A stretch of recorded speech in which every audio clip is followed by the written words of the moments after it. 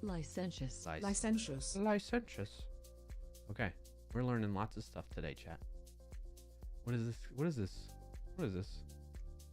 What are you clipping? Rugmat.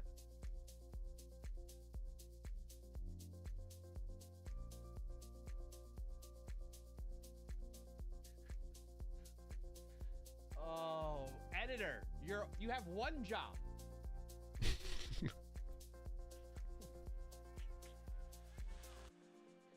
Thank you. That's a good clip. Thank you, Rugmat. Thank you. Good clip. Good clip.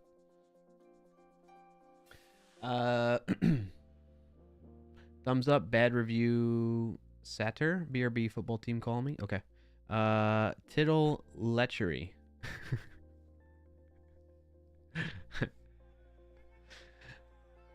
Easy, JT. Easy. Sounds like a latch to latch on 5th. Like a latch to latch on 5th. I don't know what that means, or at least he's sorry. Props to anyone who knows what I said despite probably using the wrong word. I don't know. Sorry, Releasy. It went over my head. Bad review, thumbs up. I feel like there's emojis in here, like emojis, like question mark, heart, thumbs up, emoji. Bad review, formal, hop, ball emoji, cookware emoji, rave. What else sounds like maybe it's an emoji that you could use on your phone? It was a reference, don't worry. Okay. JT says rave, ball, hop, formal. Types of dances. Okay. Hop, ball dance, hop dance, hip hop, formal dance, and rave. Okay. Hey, event with dancing. There we go. Nice job, JT. Exclamation points are emoji. Thumbs up, question mark, and heart. Let's try it. Thank you, Huggins. Let's see. Boom. iPhone message tap back responses. Okay, we were there. We had the right idea. All right, let's take guesses on what the last category is. Is it just a period dot point? Is it going to be like that? Or is it going to be something that's actually words to describe the category or connection? Infomercials, bad review, camera movement, Satyr, the Greek, it's like God or something like that. What was it again? How do you say it? Satyr. Satyr. Satyr. Satyr. Satyr. It's a god. Greek god. Imagine it be Samsung, I'll be furious. The tap back responses, yeah. Alright, I'm sending it. It fits though. Cookware, camera movement, what is it? Pan.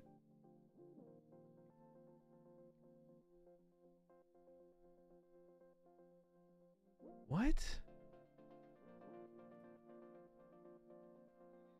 What in the what? Camera pan. Cookware pan. Bad review and Satyr. What? You pan a movie. It's a bad review. I never heard that before. I don't Satyr. Where's the pan come into place?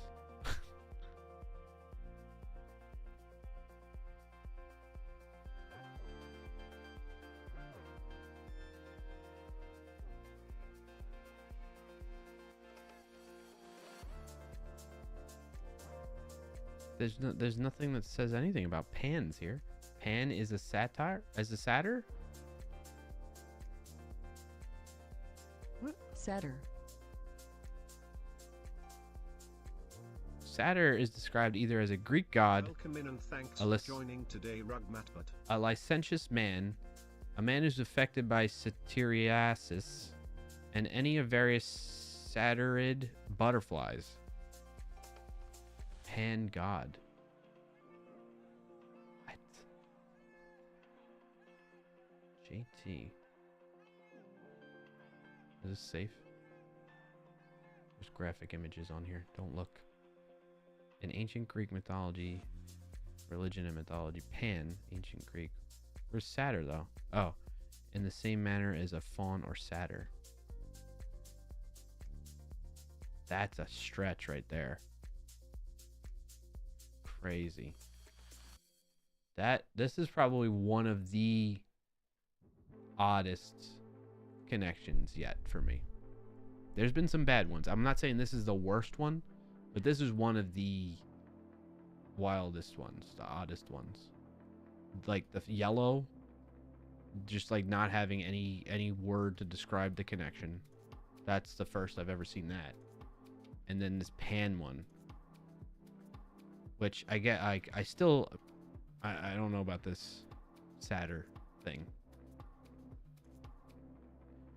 I understand camera movement, cookware. I get bad review. I guess I kind of maybe have heard that in passing before, where you pan a movie. Holy moly, that was a wild ride right there. Good old connections. All right, that concludes the Wordle and connection section. You missed that?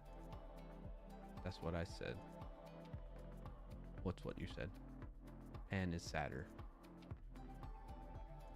GPT, what's the relationship between Pan and Satyr? Okay, Rugmat says, in mythology, Pan and Satyrs are closely related figures, both originating from ancient Greek mythology. Pan is a god associated with the wilderness. He's often depicted as having the upper body of a human and legs and horns of a goat, emphasizing his nature as a creature of the wild. Pan is known for his love of music, especially playing the pan flute. Okay, and his playful, sometimes mischievous demeanor. Satyrs, on the other hand, are often considered to be followers of Dionysus, the god of wine, fertility, and festivity, and are typically depicted as half-man, half-goat creatures. They share the similar characteristics with Pan, including a love for music, revelry, and a carefree lifestyle. In summary, Pan can be seen as a more prominent figure, a deity, while satyrs are often viewed as his followers or companions, embodying many of the same traits and spirit of the wild. Okay, I guess I gotta Dionysus.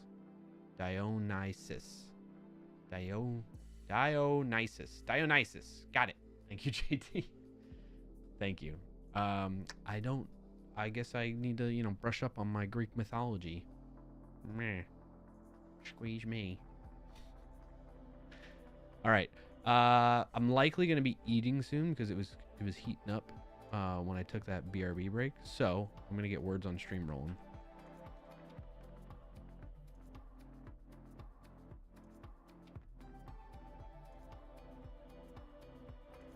If you can get the mirror link, I'm going to drop that in the Chizat.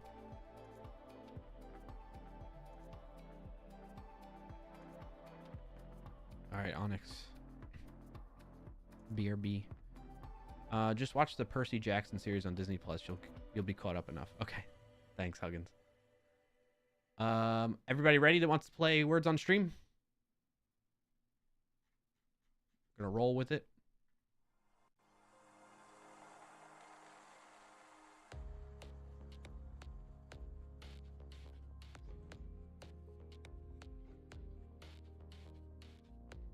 Ready? Okay, here we go. All right, Tony. Glad to see you there. All right. We play the diffuse. Boom. Done.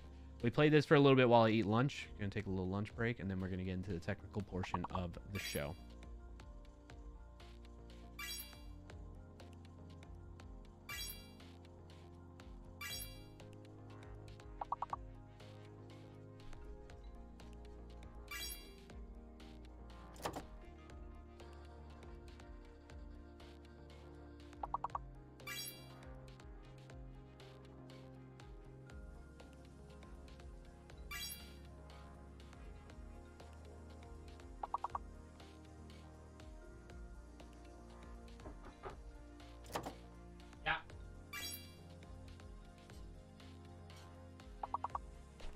Look at that timing.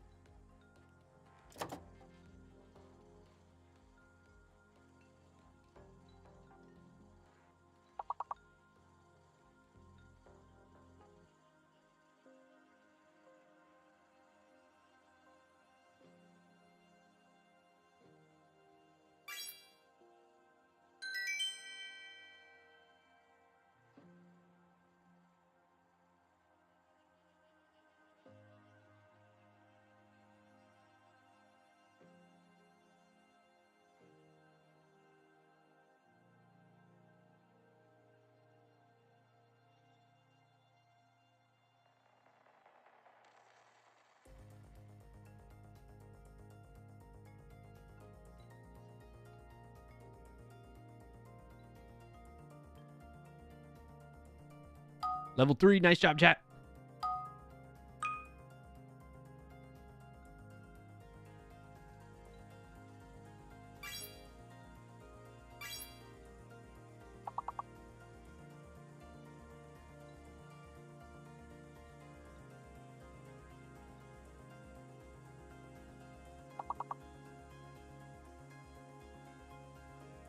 Time to eat.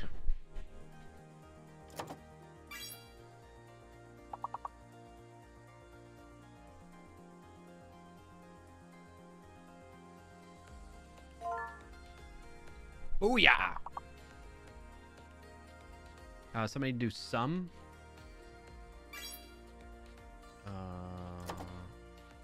Most? Same.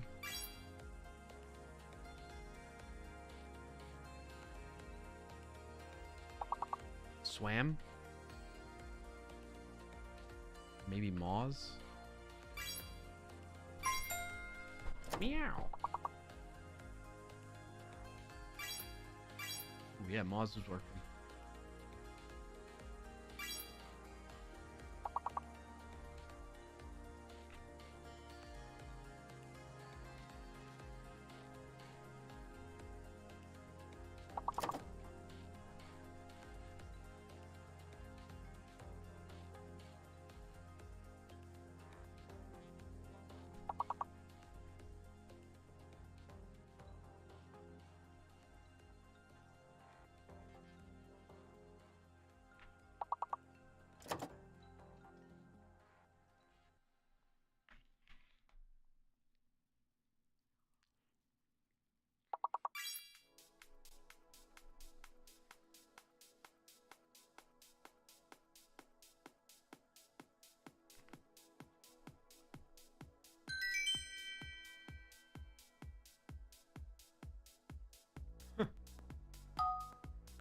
Don't get discouraged, Tony. Don't get discouraged.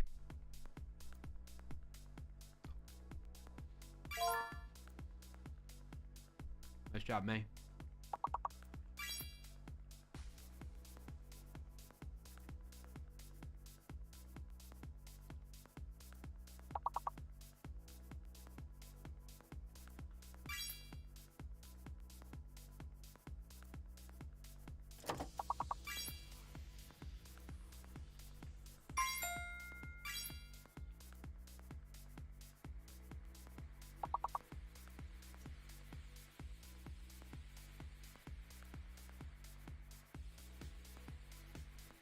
Chad, I've been starving.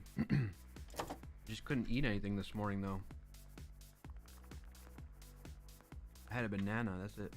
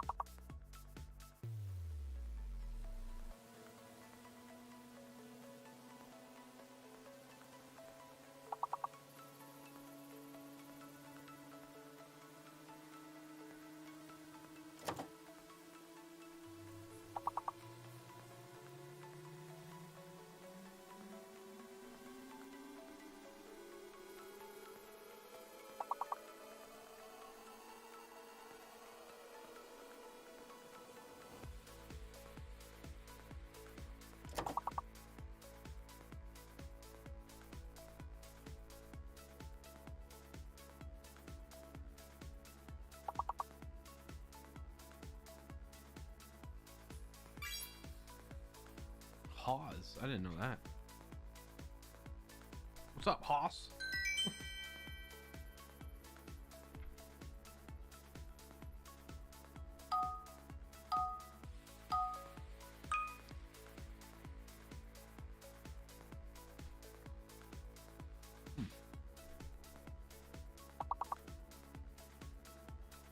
Yeah.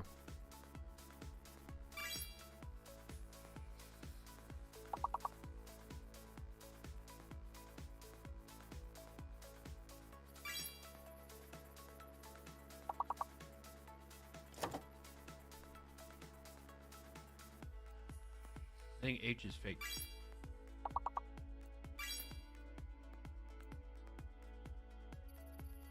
H is fake.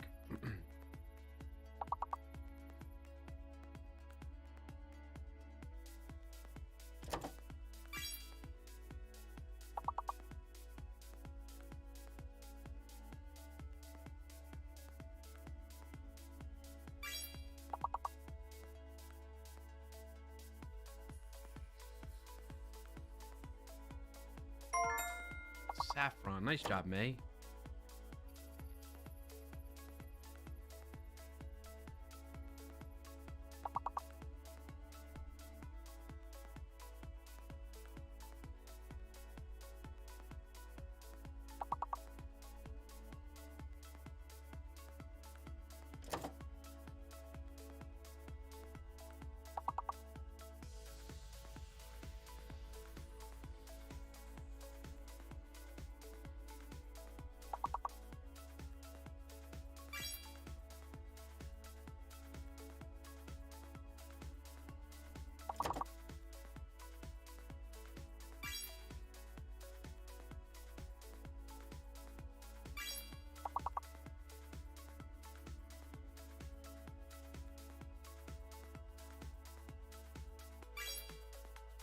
Oh my gosh, how did I not see that one? Fans.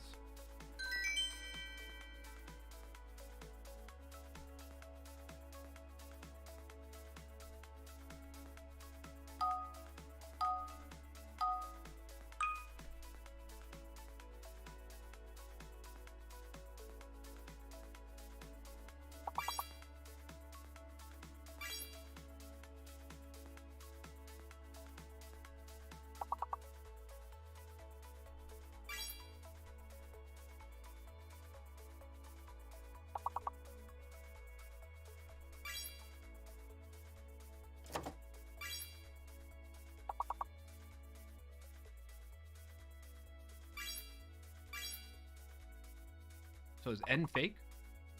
I think N is fake, right?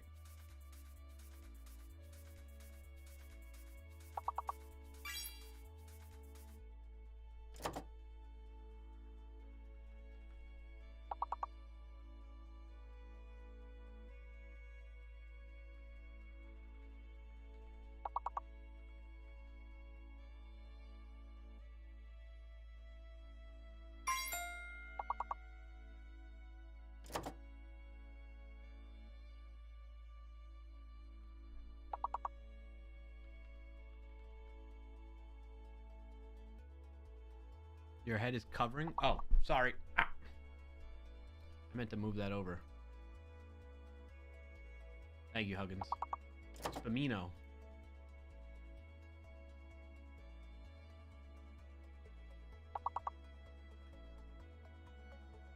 Spumoni.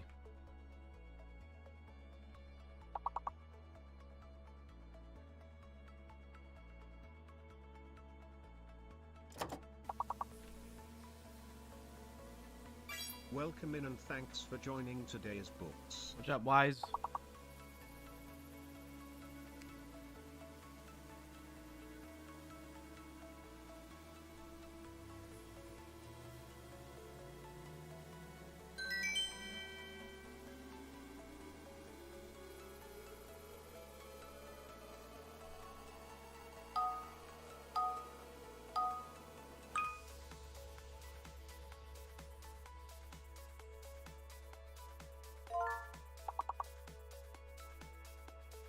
Nice job, May.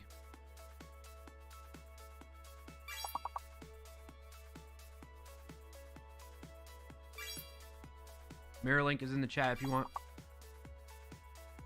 faster updates with no stream delay. Use the mirror link.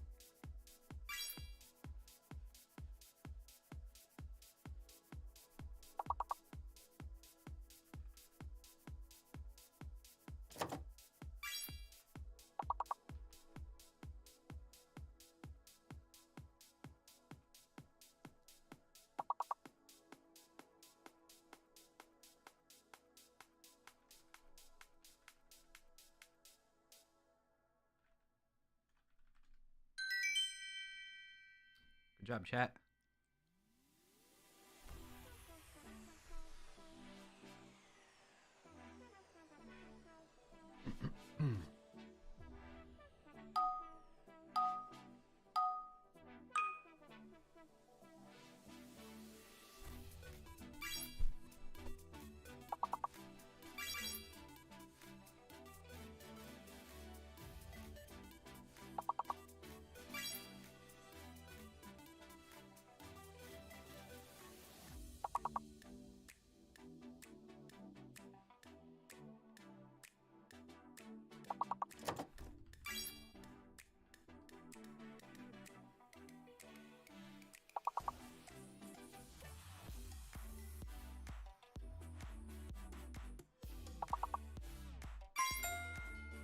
Nice job, May.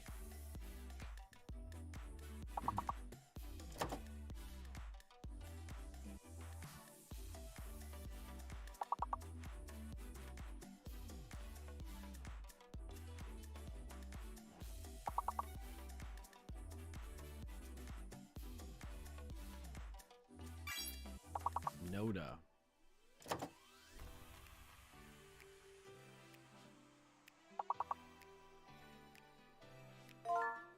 Contact. Nice job, Wise.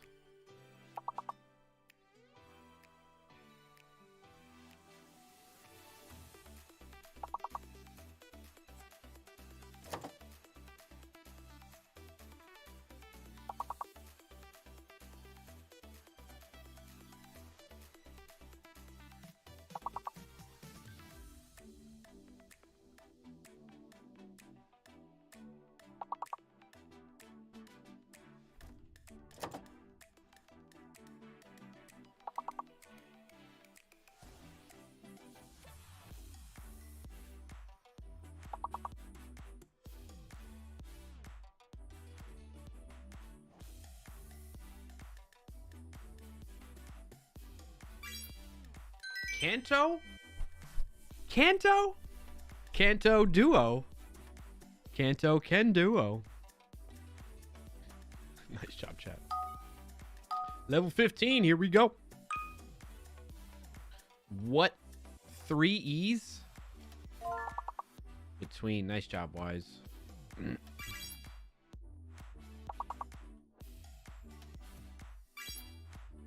Somebody do bean. Yep. I think newt. It should work, right? Welcome in and thanks for joining today, Ankai Freak. What's up, Ankai? Happy to have you here. Welcome in, first time chatter. Beats, Bears, Battlestar Galactica.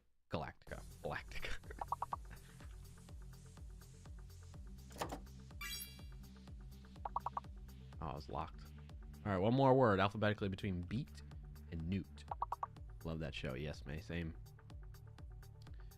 For a long time, I was watching it on repeat every night before bed. I have since not been doing that in quite some time. I should. I need to switch it up. Started getting like too bored with it. Or, oh, it's only Tarot.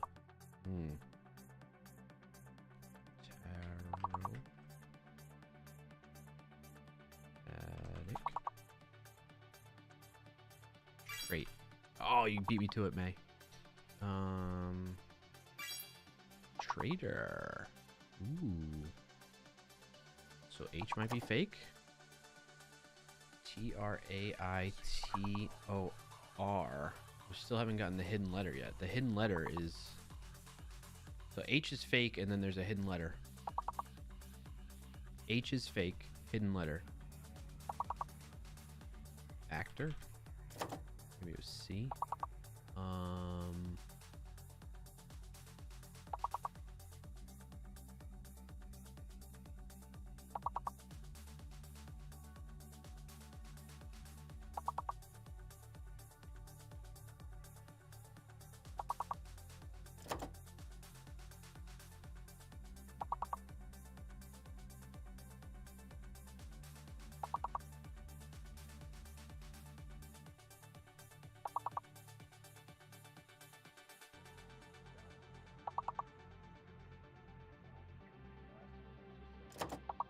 I don't know. Nothing's coming to mind. I'm stumped. Yeah, it's definitely hard, Tony. You gotta just kind of like throw letters out there, you know? P. I'm still stuck. Port. Yeah, we gotta do 5 letters or more though.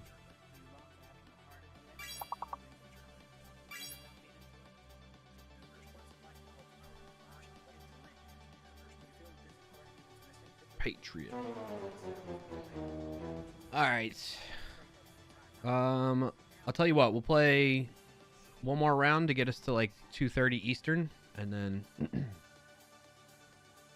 we'll call it with that. Okay. We'll get into the technical segment. I want to work on the Discord bot. I kept doing 4 letters. Yeah, no worries, Tony. I've done that so many times before. But shout out to May, Huggins, Wise Books, Tony, Roy Lisi, Rugmat, and JT for helping us get to level 18. That's pretty good. I don't think we reached that far last stream, so we'll play another round. If you're just joining, I'll get you the mirror link shortly here. Actually, I think I still have it in the... Yep, there we go. I still have it.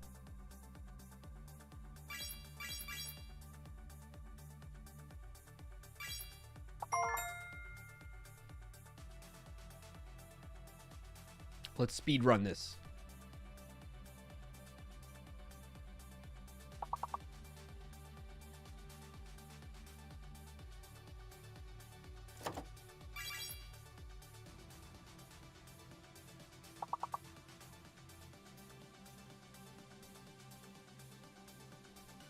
Somebody do rare.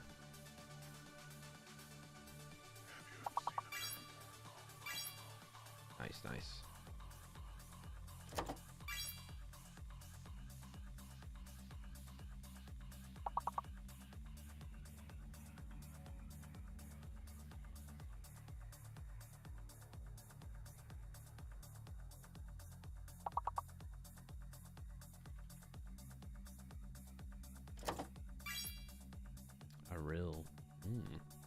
All right, alphabetically between 4-letter word between Earl and rare. I thought it would be eerie, but I guess not.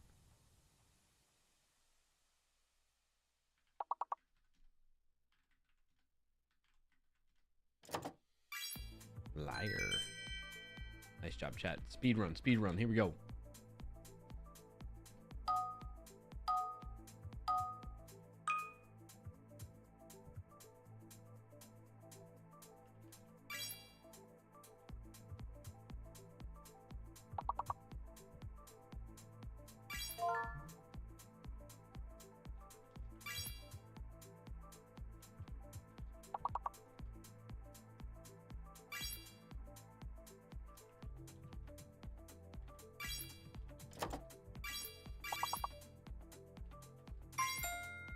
Oh yeah.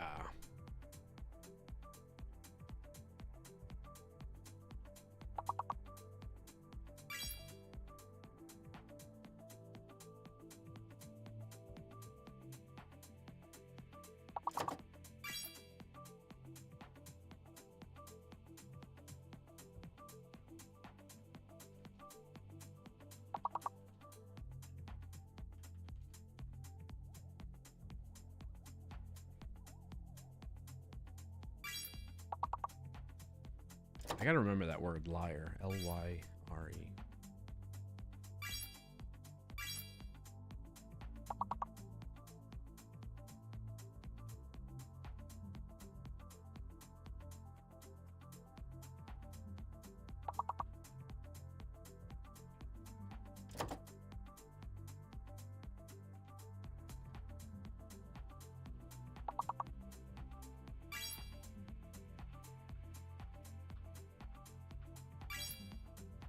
All right, one more 5-letter word. Alphabetically before surly and rules.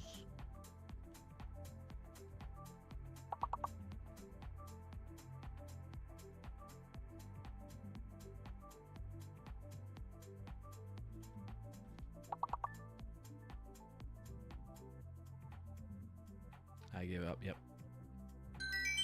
All right, we're going on to the next round. Skipping 3 levels again. Speed run. Speed run. We got 6 more minutes.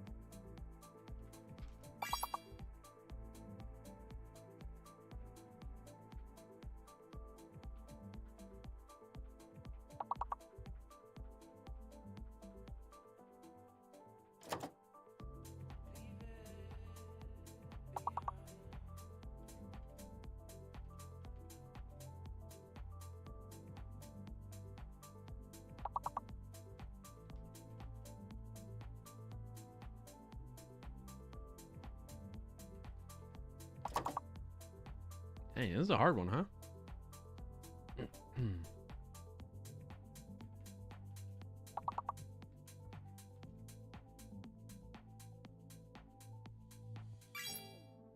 Eaton. Nice job.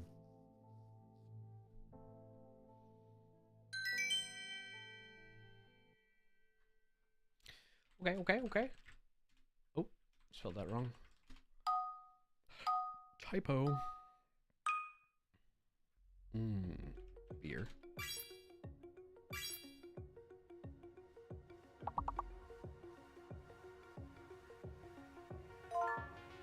Beaver. Veer.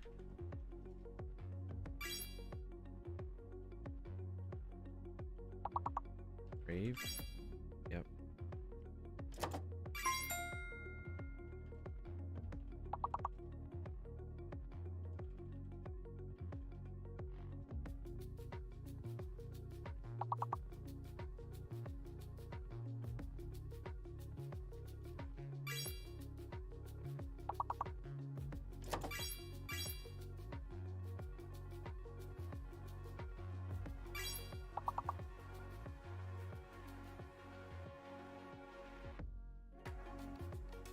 Oh, behave.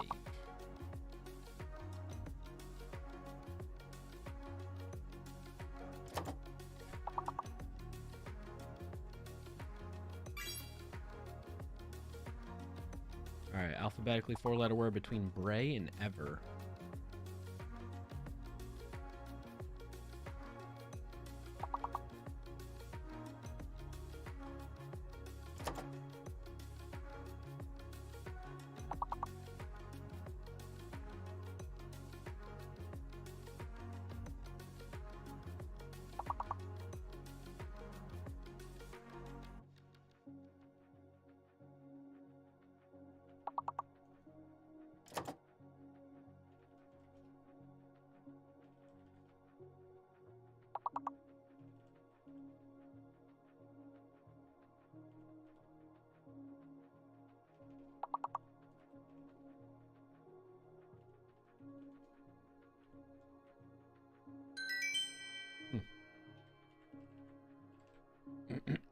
All right, level 12. Here we go.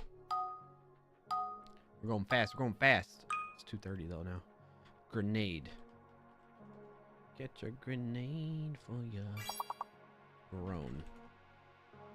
Grand. So G is fake. I think G is fake.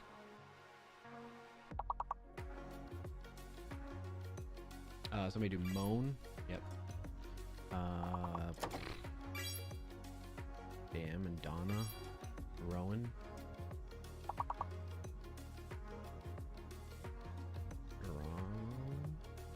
Ron. Monad. Moron. Moran.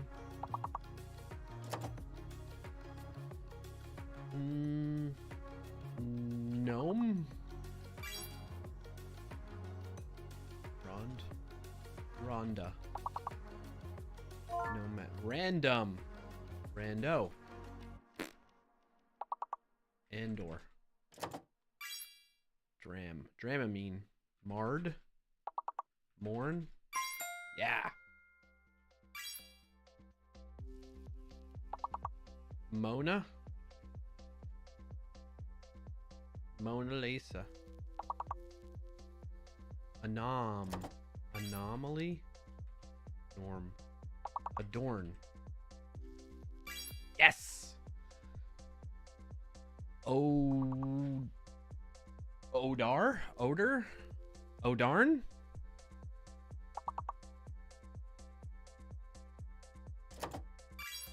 Dorm. That was it. Yep, you got it. Wise books. All right, now we got 5-letter words. Adorn, monad, and radon. Romad.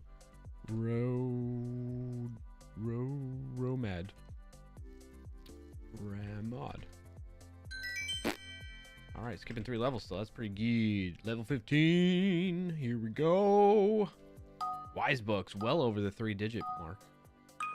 A 157. Libra. Cigar. Well, well, well. A is hidden. A is hidden.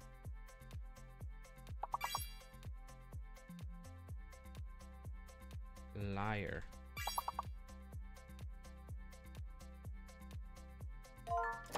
Garlic. I love garlic, Tony. I'm a big fan of garlic.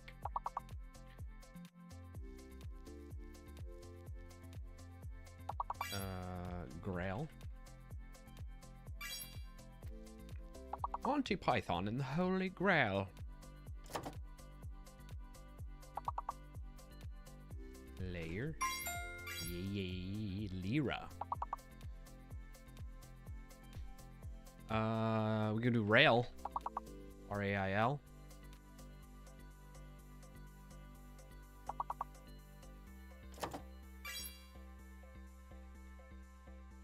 Wait, what? Oh, we already got rail. Ryle? Yeah.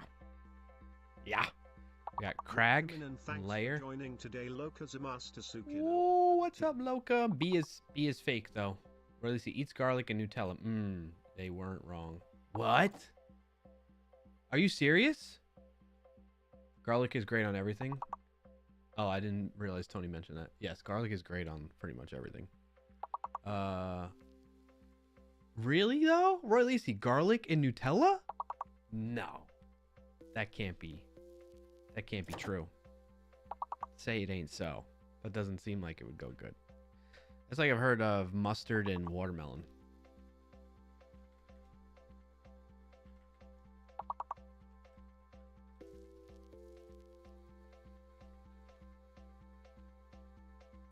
Very odd combination. Garlic and toast? Sure, absolutely. Down for that. Ketchup and watermelon? Sure, I've never eaten mustard. Really, ketchup and watermelon? I haven't had that. I've tried mustard. It's actually not bad. And I'm not even a mustard fan. I'm a watermelon fan. Move. Oh, this is 5-letter words.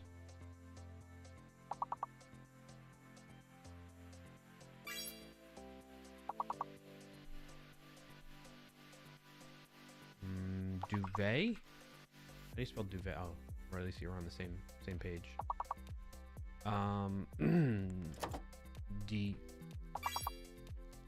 Demote? Denote? Vomit? What's the hidden letter?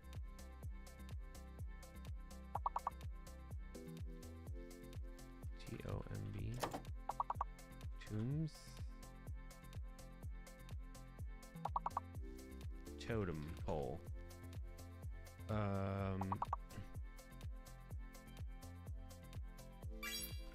Cuted? It's N. N is the hidden letter. Modem. Emote. Denote.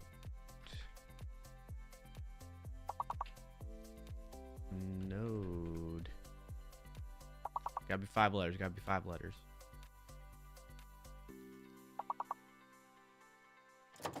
Demon. There we go. Movement? Moment?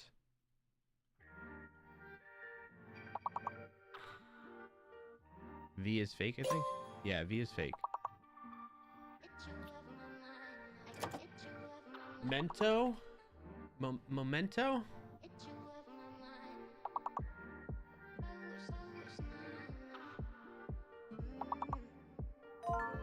Document. Roy Lacey, well done. Oh, it was a good effort. Level 17. We didn't beat our record for today, but we did pretty good to get 18 and then 17 back to back like that. That's decent. That's a good couple rounds for the stream for today. So big shout out to Wise Books, May, Huggins, Roy Lacey, and Tony for playing along. Hope you enjoyed Words on Stream with your boy Clarkio. And now we're gonna get into the main meat and potatoes, the technical portion of the show, where we're doing software and game development, but really just software development, but we're in the software and game development categories.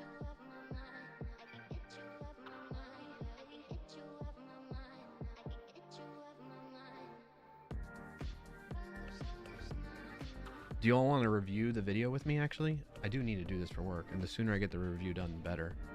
How about we do that? I'm going to send this over to myself. Let's do this real quick, okay? You all being here, being part of the crew, you get early access to Clarkio content. How about that? I'm glowing. Look at me glow. Time to get back to work. All right, Huggins. Appreciate you. Get your lurk on, if you will. If not, if it's too distracting, I'll see you next Friday.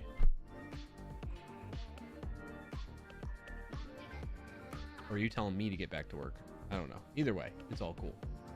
All right, I got the link, linkity, link, linkity, linky, link.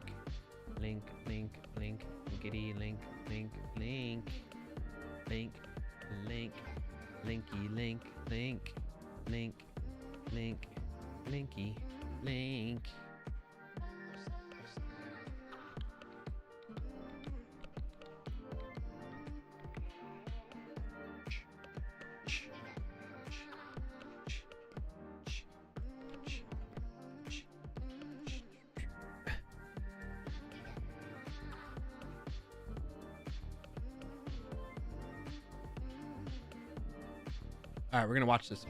Pause the music. All right, this is a video that's supposed to come out next week, depending on how much more editing beyond this needs to be done. It should come out on Monday, if not Tuesday. Okay, let's watch it together. Let's review. This is the first time I recorded this in 3 segments. Okay, thank you. This is my setup. This is the first time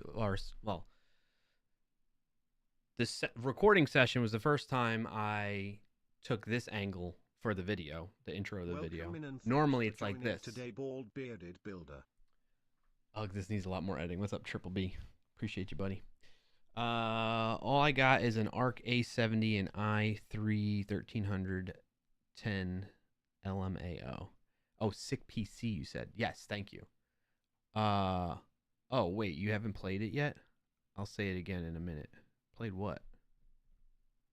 Oh, I know what you're talking about. Your intro sound. This is my beefer computer next to me there, right here. I had my previous one for quite some time, and this one should last me like eight years, I would say. It's pretty future proof. It's my baby, my pride and joy right there. All right, let's play it. You might have wondered before, what is cross-site request forgery, or what is server-side request forgery, and what's the difference between the two of them? Well, we're going to answer those questions and more in this video. Stick around to find out what they are, the difference between the two of them, and to see them in action in a demo. They messed with my audio. But I don't know if I dislike it or not. So let's You might have wondered before. For context, it must have been a different editor for this one. They have a team of editors. So this one takes the same approach. Well, of course, there's a new AI developer tool out, and it's... You hear the audio in this one? So this is using my shotgun mic. And in that other one, I'm using my shotgun mic, but I think they did some processing on this. What is cross-site request forgery? It sounds cleaner. This is, volume as high as it's... Or what is server-side request forgery? And what's the difference between the two of them? Well, we're going to answer those questions. I feel like my voice doesn't go with my mouth. Questions and more in this video. Stick around to find out what they are, the difference between the two of them, and to see them in action in a demo. Right? Now, in order for us to understand And this is how I normally sound. cross-site request forgery and server-side request forgery, I want to illustrate that for you, but instead of doing it digitally, I'm going to use a whiteboard. So I'm going to grab this whiteboard. It wasn't in sync, right? The only whiteboard I had is my kid's whiteboard. Oh, wait. Oh, they did a good job here. Forgery. I want to illustrate that for you, but instead of doing it digitally, I'm going to use a whiteboard. So I'm going to grab this whiteboard. The only whiteboard I had is my kid's whiteboard, and this was apparently Cupcake and Roger. So we'll use those personas to understand cross-site request forgery first. So we'll have Roger as the attacker. Okay. I like how they cut the music there. That's nice editing right there. That's very good. Okay, using the prompter as a display is kind of weird. Wild. Oh, you like it? You'll get used to it. You'll get used to it, Frackberg.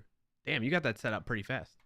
Okay, Roger's over here, and we are gonna have Cupcake, which is the user, over here. Now, Cupcake goes to their bank, bank.com, via the browser, and they make the normal actions, back and forth, sending requests from the browser. This is the browser level. It's happening in the browser, and then you have the server level. You read my writing? Kind of. And when Cupcake's using their bank.com account, they expect things to happen. They're doing these actions intentionally. What the attacker, Roger, can do, though, is if they know that this has a CSRF, cross-site request forgery vulnerability, vuln, they will then craft on their own website, let's say attack.com, a way to send that request to that server without the server knowing that it's actually coming from attack.com. So what does that mean? Well, it means that what Roger will do is they'll set up their website to make requests to this server, but on behalf of other users. And the way they do that is by tricking Cupcake, maybe through an email or through a text message, to get them to click on a link that brings them to attack.com, but they're logged into bank.com already. And what attack.com does is it sends the request as Cupcake to the server, and the server has no way of knowing that because the browser is dumb. The browser's like, oh, I have cookies for bank.com that I'm supposed to. The browser is dumb. Browsers are great, but they're also dumb. They're dumb, but they're getting smarter.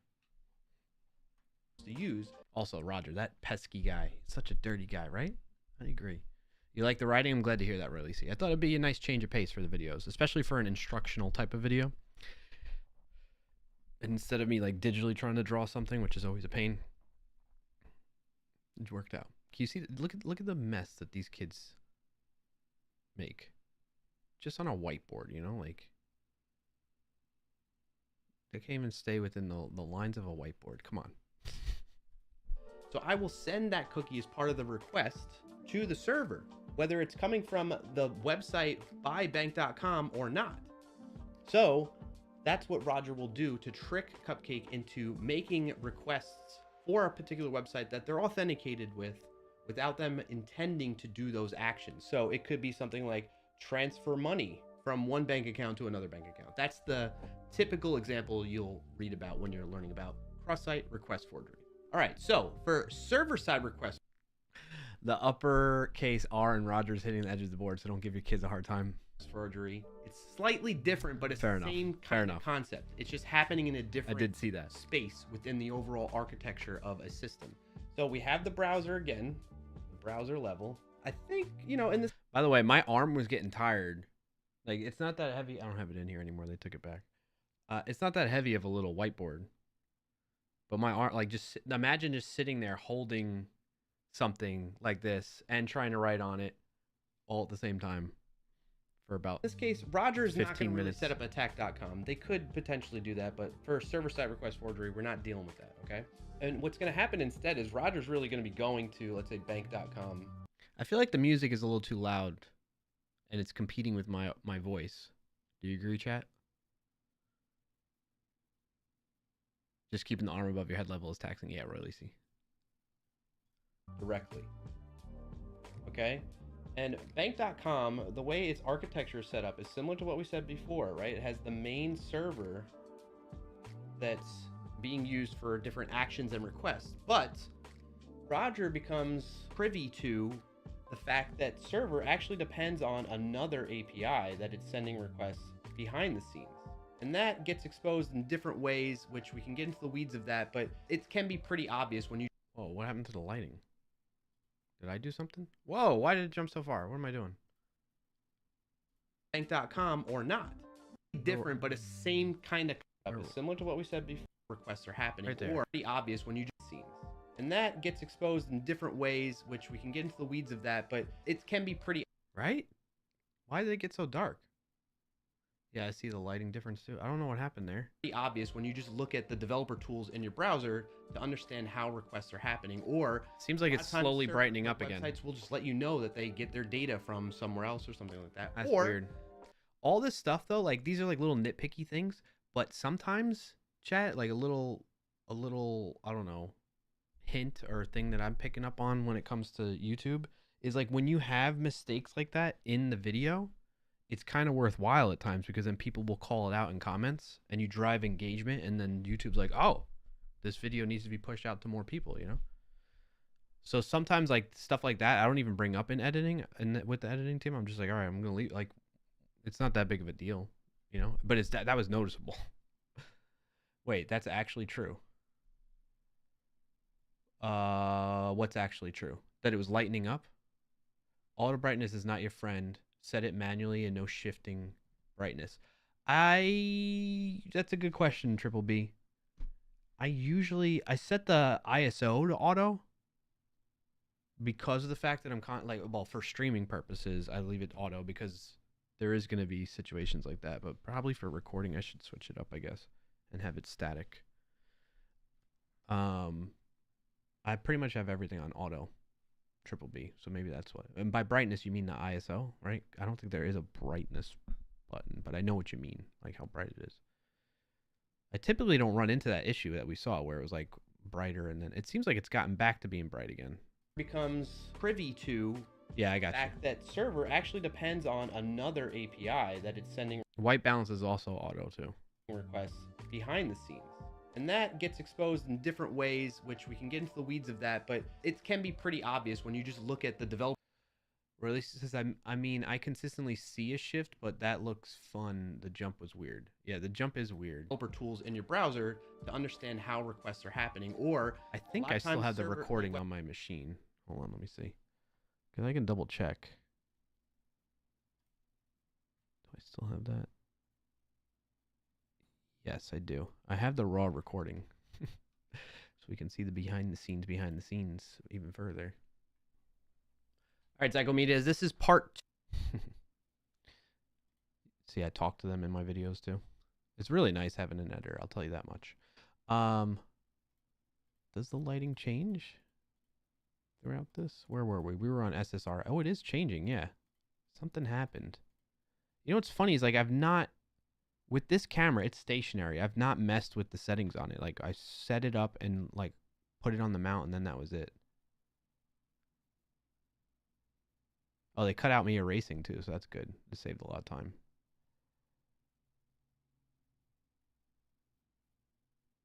Yeah, the camera is just getting all wonky. There's nothing we can really do about that. I mean, they could try and do, like, stuff in post to try and keep it consistent, but whatever.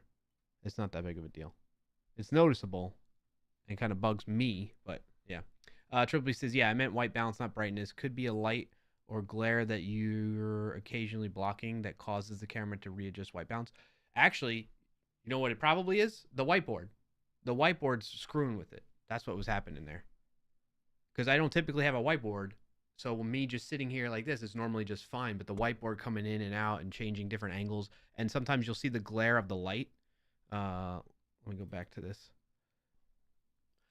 You look at the glare, you'll see a glare from the lights shine off of the...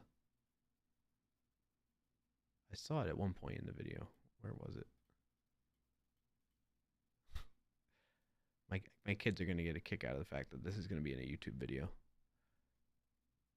Oh, like in the top right corner there, above my head. Over here. So that's probably messing with the white balance. Okay, well, we found the root cause.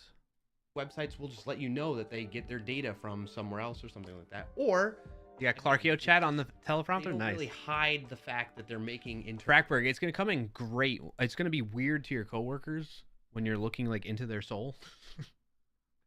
But it's great for calls too. Requests, because the responses that come back will sometimes include this information.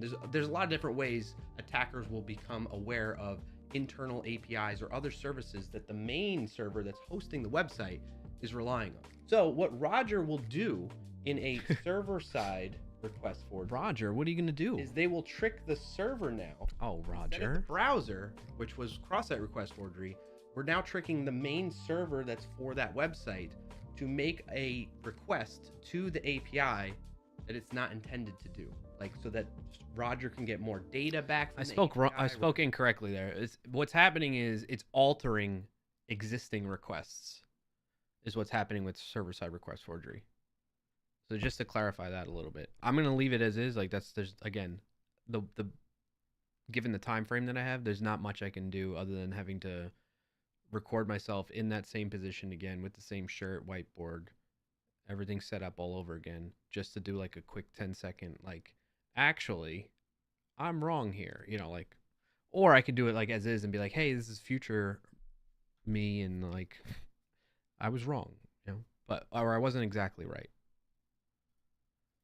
To make a request to the API that it's not intended to do, like, so that Roger can get more data back from the API, Roger can get more sensitive information about other users, whatever it may be. They try to exploit the fact that this server is making additional requests that it wasn't designed to actually make, even though it's leaving that door open for Roger to do it. That's kind of right, but kind of wrong. Now that I'm watching this back. Again, well, I go into it like a real world example that helped spark some of the content for this from WebDev Cody, who's a YouTuber and pretty widely known on the platform. He shared, it was pretty vulnerable, shared a video where he went through a vulnerability that somebody pointed out to him, which ended up being a server-side request forwarding vulnerability. All right, we got an ad break coming up, so we're going to do a quick stretch during the ad break and all that jazz. Okay? We're going to pause here.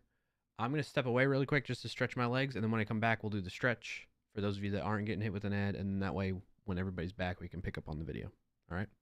BR to the B once the ad starts, which should be now. Or did somebody delay it? It says ad starting soon. This is definitely going to be nice for streaming. Yes, I can see this much better than trying to have chat up in my OBS. Yes, exactly. Frackberg, it's a huge quality of life improvement, and it's definitely worth it because it's so multi-purpose. It's not just for streaming the teleprompter. You can use it as a monitor, you can use it for calls, and then you can use it for chats, live streams. It's multi-purpose. I don't know what happened with the ads there. Add command, the matrix, but scaling instead of moving in a direction. So it's just many versions scaling up. Oh, like me growing, basically, like my image growing. Oh. An ad is about to start in 5,000 milliseconds on Twitch. Holy moly. There's an ad running for 90. All right, we'll be right back. That blew my eardrums out almost.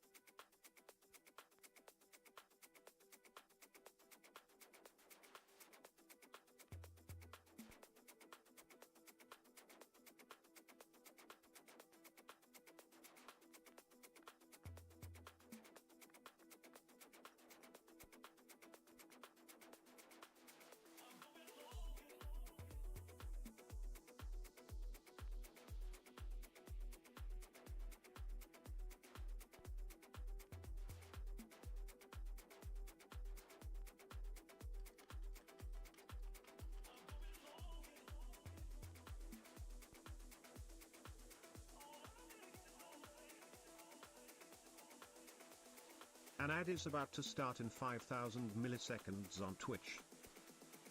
There's an ad running for 180.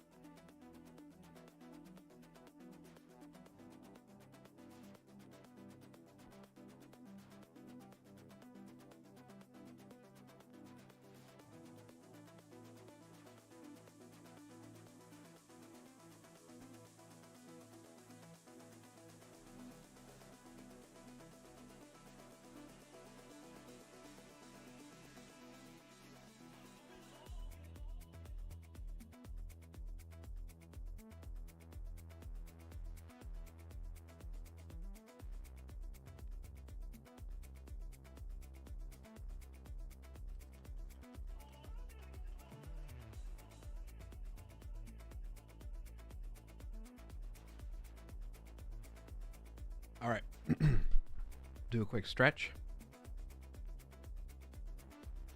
Head on over to the gym. All right, put your arms out. Follow along at home if you can. Thumbs up with your fingers clasped into the palm of your hand with thumbs up like that.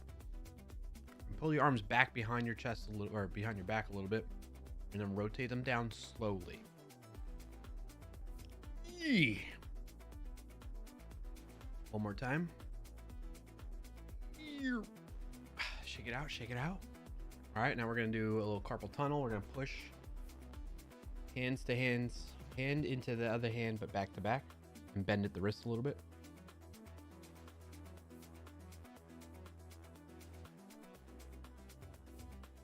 Shake that out, and then just do other little stretches. Whether you're sitting or standing, whatever you can handle. Good stretch time. Take a break. Take a break. My chest bone, man, still.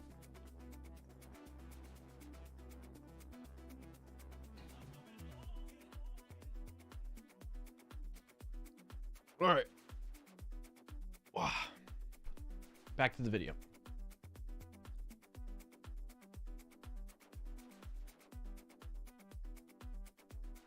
So the difference, if you're picking up on what I'm putting down here, between cross-site request forgery and server-side request forgery is CSRF is happening more so in the browser and directly to the main server, whereas server-side request forgery is happening behind the scenes on the back end from one server to the other, whether it's an API or this could be some other service. And that is cross-site request forgery and server-side request forgery and the difference between those two. Next up, what we're going to do is we're going to see them in action with a live demo. All right, so let's first get started with a cross-site request forgery demo, or CSRF demo, which you can see here in my project structure. What's the quality of this? For this video. In it, I built out a very contrived demo that's going to be a bank application that allows a user to log in and then transfer funds from one account to the other. So imagine we now have this open and we are going to log in. This is the bank application. We have the login. I am going to sign in as user 1 with a password 1 password. And now I'm logged in. And one of the key things to note here with cross-site request forgery is an authentication mechanism that's storing a session via cookies. Cookies are tried and true way of transferring data from the server and storing it into the browser, and then the browser also sending that back with subsequent requests. And that's how we can keep track of the authenticated state, that user 1 is logged in for this web application. And as a result of that first login request, if we look at the headers returned, we could see that the server told the browser, set this cookie, that's the name of session with the value of user 1. Now, should you do it exactly like this? No, this is just a demo, but is a typical way that authentication is handled and stored. The state of authentication is handled and stored. What that results in, as you saw before, we go into the cookies here, is we now have a cookie named session with user 1. Now keep that in the back of your mind as we go through the rest of this. Moving on. If user 1 wants to transfer to, let's say, user 2, some money to them, they have a balance of 1,000 whatever credits in this case, and we're going to say that we want to transfer, I don't know, 50 to user 2. When I do that, the transfer was successful, and now the balance shows 950. So that is this bank application. Now, when it comes to cross-site request forgery, if we look at the request when we did the transfer request, you'll notice that, or at least it says, I wonder how furious people would be if the browser sent device ID instead of sending a saved cookie. Yeah, I wouldn't like that. Although that information's, in a way, you know, you think about, imagine you've probably heard of this, but maybe other folks that haven't. It's called like browser fingerprinting. It's a way of them like using different browser details to help identify individuals or just machines more based on like their resolution of the monitor they have the browser on, what type of browser it is, what features are turned on, what features are turned off. That type of stuff can help whittle down like what this, like the history or the pattern behind this person, along with like an IP address, you know. So that as part of the request, the browser will automatically include the cookies that are stored browser side for this domain, in this case localhost 3000. So when I send the request via JavaScript to execute this transfer, the browser's handling that for me. It's just blindly kind of doing that because it's like, okay, this is localhost 3000 and the request is going towards that domain, that server. So I need to find any cookies associated with that, which is this one. If we look at domain is localhost. So then it goes and grabs that cookie and sends it as part of any request to that domain.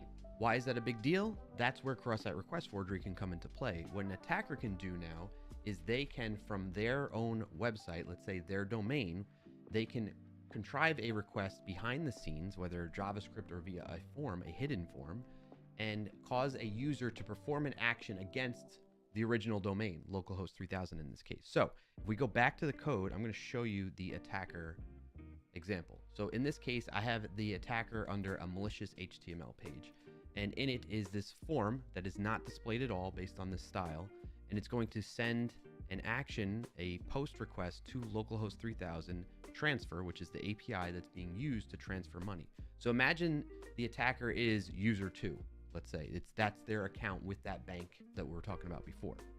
And what they want to do is they want to trick user 1 into transferring money to their account.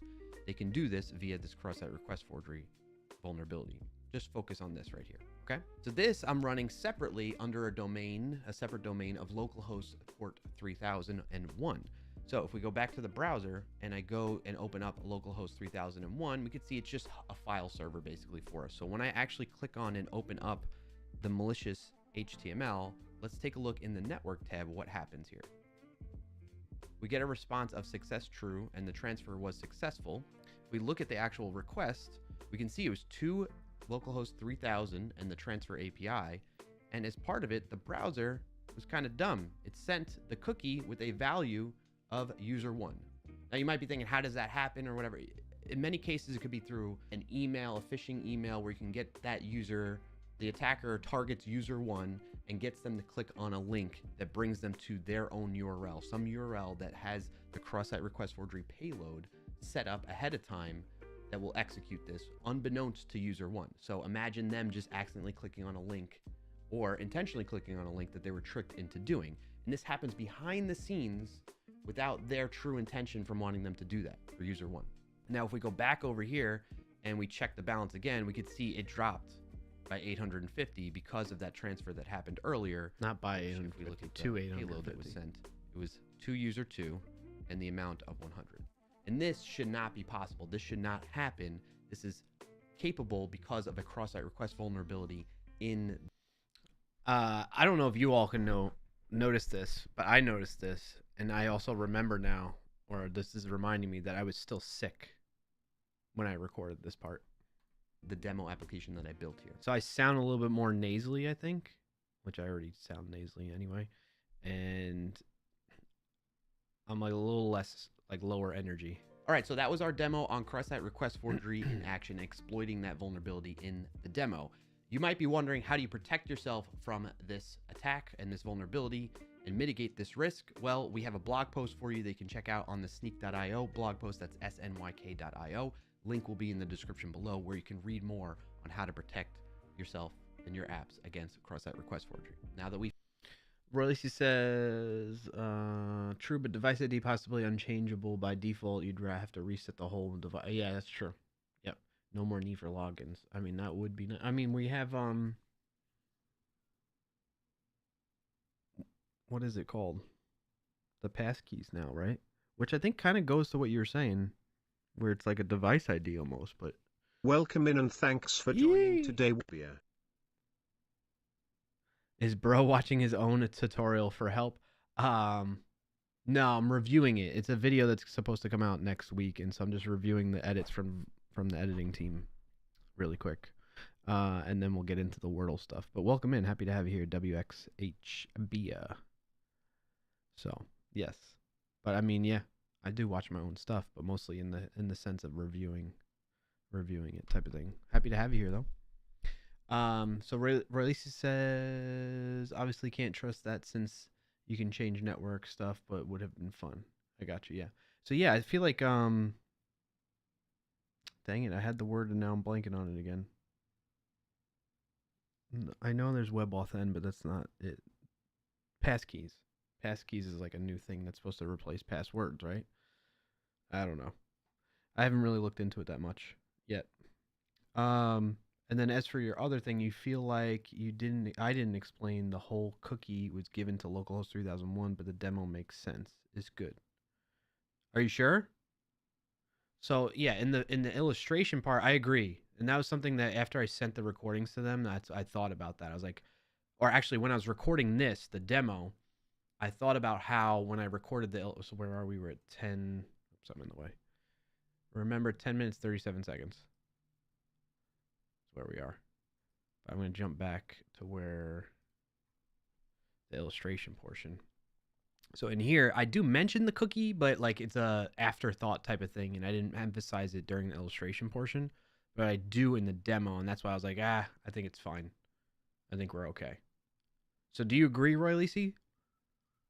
Because really, the illustration, the idea is to really break up what's the difference between cross-site request forgery and server-side request forgery, and not necessarily get into the weeds of how cross-site request forgery happens or how server-side request forgery happens. That is done. We go into the weeds of that in the demo. That's the idea behind it. So that's why I don't feel like it's necessarily too bad that I missed it. Because the other thing is that I'm always balancing, because it's just my personality, is I can be very verbose about stuff. I think it's often a common trait with a lot of developers out there, where you just get into the you share more details than is necessary to get your message across. I do that a lot in everyday life, let alone in programming related topics. So that's why I feel like part of me was trying to do that as I was explaining through the illustration of cross-site request forgery and server-side request forgery. And then I feel like the demo helped drive it home. So let me know what you think, Roy Lisi, if you agree or not. Do you feel like it definitely covered it? Or do you feel like it still covered it and was valuable enough to somebody, for anybody that might be new?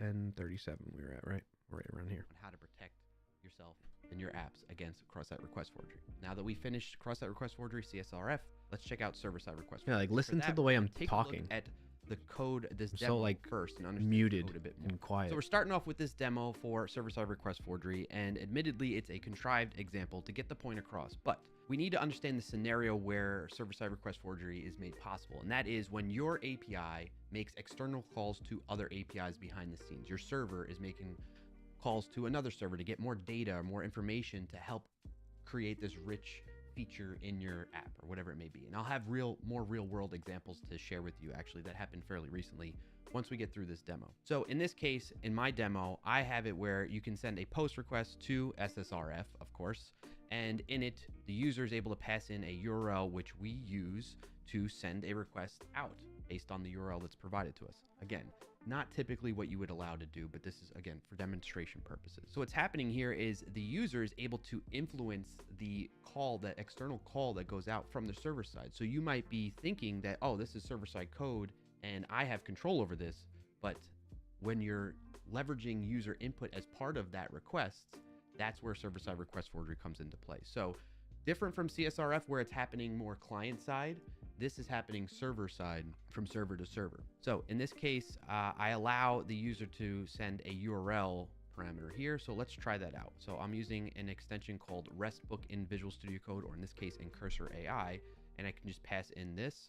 And when I send that to the server, we can see it sends a response of, I'm retrieving the sneak.io website, and I can see the contents of it here. So you're thinking like, there's no way I'm gonna let a user give me the full URL, or any URL for that matter, for my application to send requests to other external services. But there are actual real world scenarios where this has happened even recently. Let me show you. So there's a fellow YouTuber that does a lot of awesome dev content called WebDev Cody. Go check him out if you haven't done so already. He has some great content on there. He was very vulnerable and shared that this is why, one, he used AI to help write this code that he has for his application that he's building.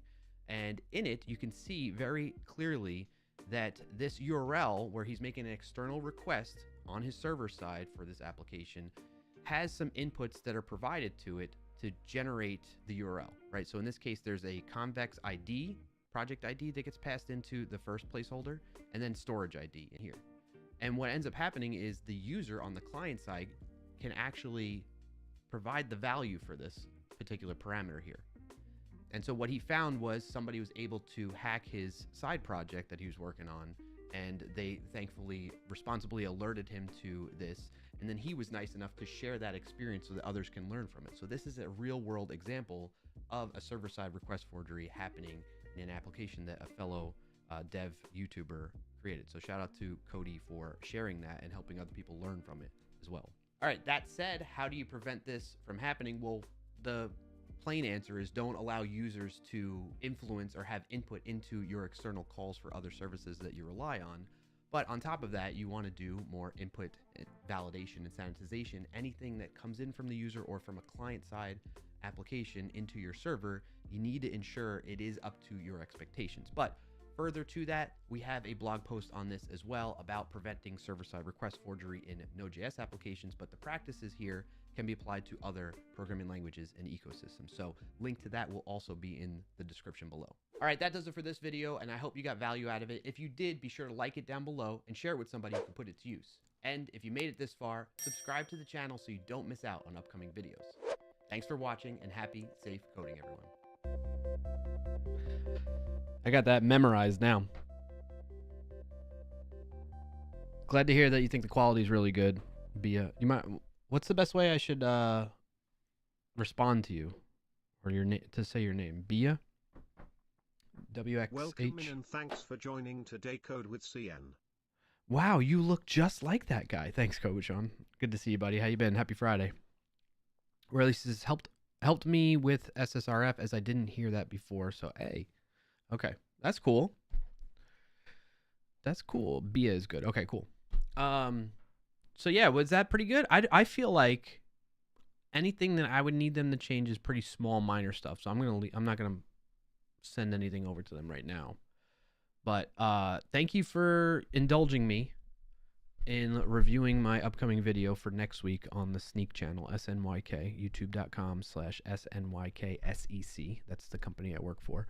And helping me, determine whether it was good or not. There are definitely things that I could have done better, but this is one of those things where I've been getting a lot of practice of like, hey, what is it? Perfect is the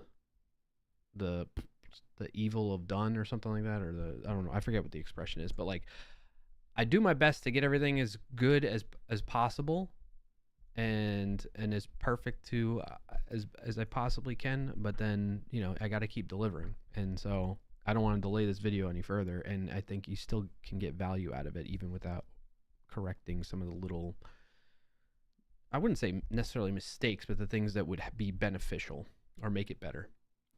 So Bia says the little story about the other YouTuber was fun to watch. That's good to hear. That's good to hear.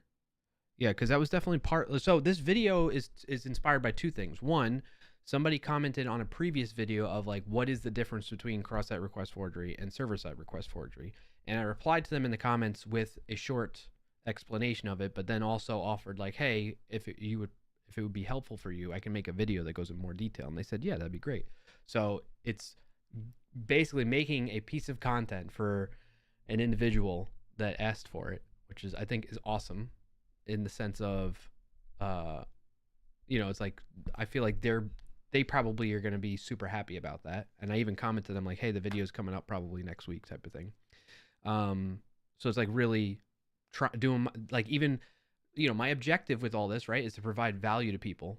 And here's somebody who's just like probably browsing along, came across our video, left a comment asking like, hey, I could use some help learning more.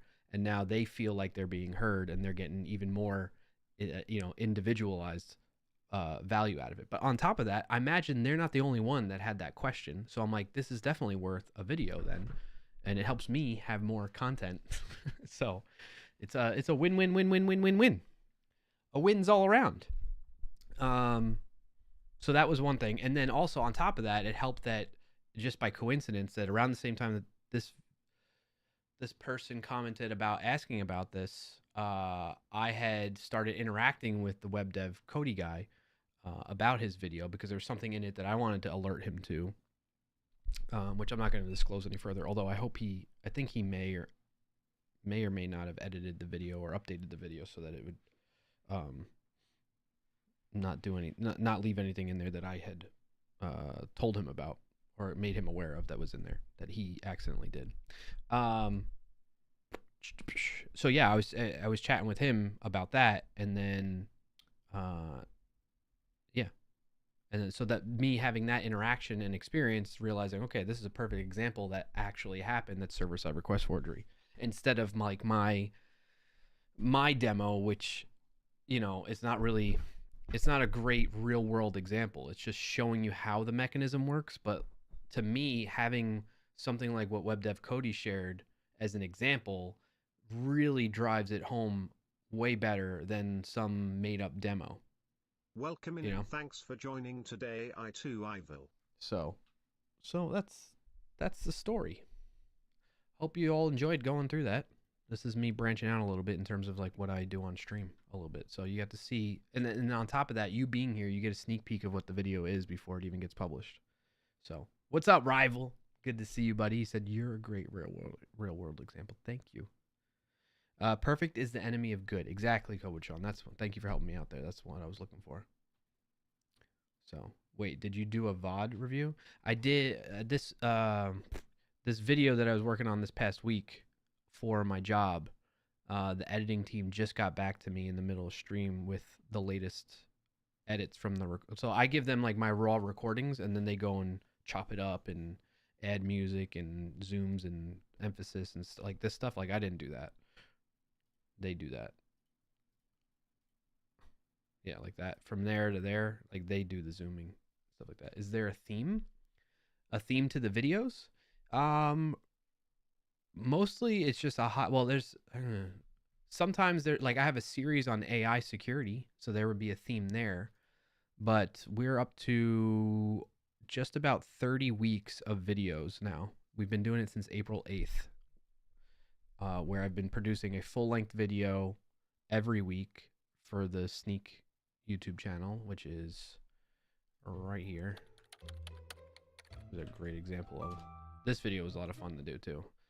So this is the channel right here. So we've been doing a video a week with yours truly. There's my face plastered all over the company channel, and it's mostly focused around security, development, application security, and then as of late, so this is when it started. I was doing JWT security practices, but more recently, over the past like 2 months, I've been really heavily focused on AI generated code and tools, and how the code excuse me, the code that they produce and how secure they are.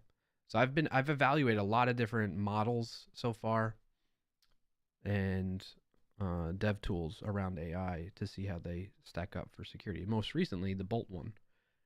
So, are you getting steady growth? Yes, steady growth. We've had a few outliers here and there. Case in point would be like this one, which I'm glad that I was pleasantly surprised. This one that's behind me right now. Why you should be afraid of PDF files, which goes into great detail about the PDF.js vulnerability that was disclosed back 4 months ago.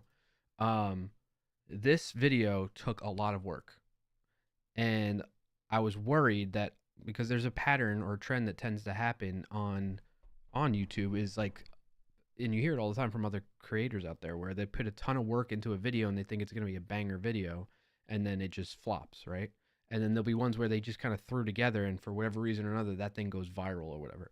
So I was a bit worried that I'm putting all this work and effort into this video and it's going to flop. However, I didn't let that stop me, because I was like, I'm learning a lot from this research that I was doing around it, and I had a lot of fun putting that video together. But the real thing that I'm grateful for with that is that it turned out to be pretty good. It's one of our highest performing, relative to our channel, it's our highest performing video out of all the videos that we've been doing since revamping the YouTube channel. So do you have a link? How long is it? What's your skill set? Oh, wait, what are you talking about? You're talking to Tony there. Oh, you were responding to Bia. I have a hackathon tomorrow. What are some fun ideas you guys recommend? Oh, okay, I got you about in terms of is there a theme? My bad. I missed that. Roy Lisi says, I think it's a great example, though, since many people don't even think about CSRF, and a few days ago I found a bank interaction with the same issue. Really? That's interesting to hear. Roy Lisi says, could you buy any amount of items on behalf of anyone by adding one extra input? Wait, what are you talking about? Was that in response to something else?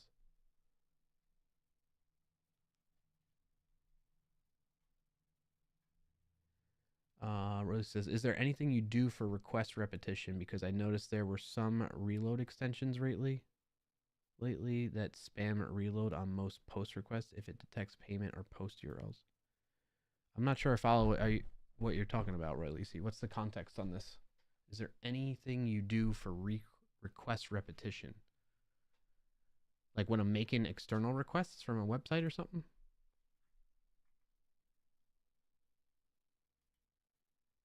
And you're talking about extensions like browser extensions, VS Code extensions. I'm sorry, I'm not connecting the dots that you are in your brain right now.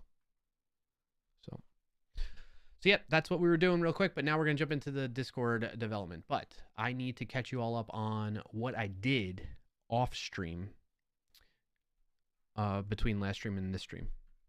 So if you're just joining into me working on this,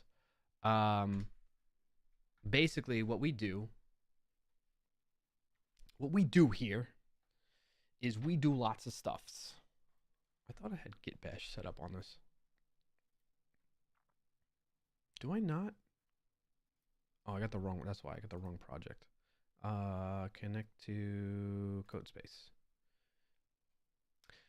What we do around here is we play Wordle every day, and we share the Wordle results in the Discord.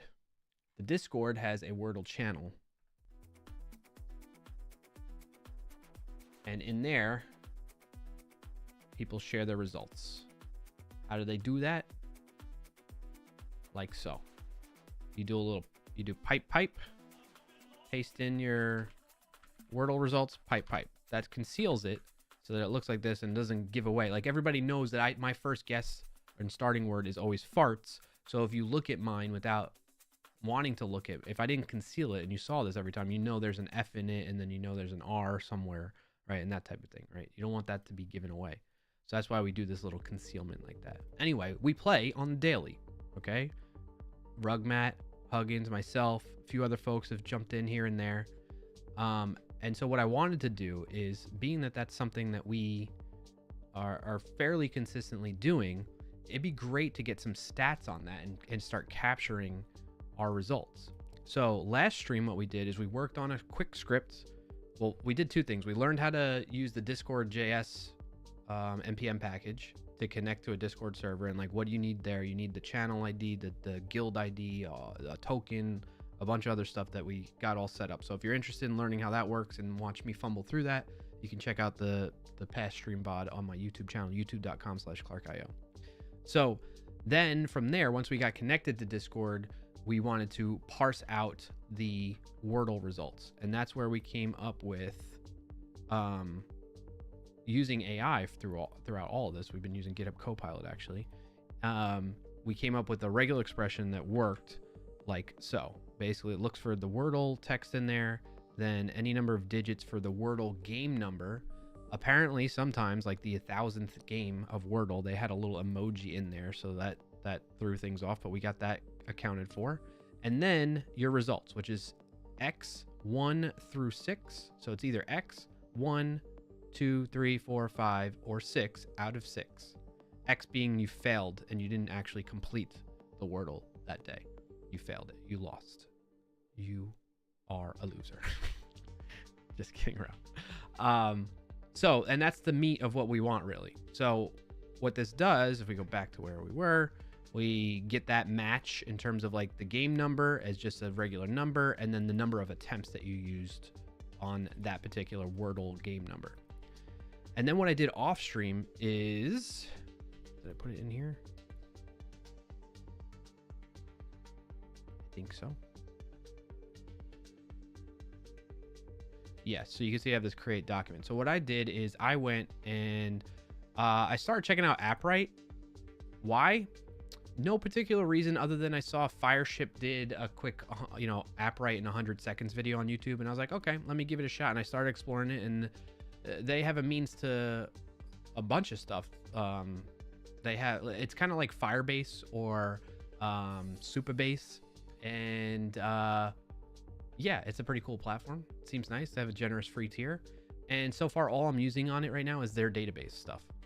So they have a document database or NoSQL based database, and so I just went in there, and I think I still have it. I'm still logged in here, and so I set it up like this, right? And there's different attributes. We have user ID, username, game number, attempts, which matches what you saw me talking about when we parse here. We got user ID, which is the Discord ID, username, which is their Discord handle, game number for the Wordle, and then attempts for that particular game number Wordle.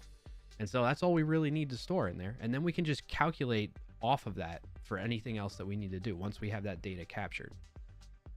So that's kind of where I'm at in the sense of what I need. This left off here is actually kind of old. Where was I though? So that's how I got that structure for the database. And then AppWrite comes with a npm package that we could use. I connect to the database through a project ID and API key. There's the new databases with that client. And then I list the documents. I have a function like that I'm exposing from here. I create the documents and then query parameters if I want to modify the query whenever I'm using this function rather, list, I think. Yes, because there's the queries right there. Bada bing, bada boom. Okay. So then, yeah, so what I did was, then I was like, okay, let me go and run through all of the past messages in the Wordle channel. And I captured all that and had it create a document in AppWrite database. So that's what you see here. Here's all the documents for every game that was recorded in our Wordle channel. And then what I started working on, whoops, what did I click on?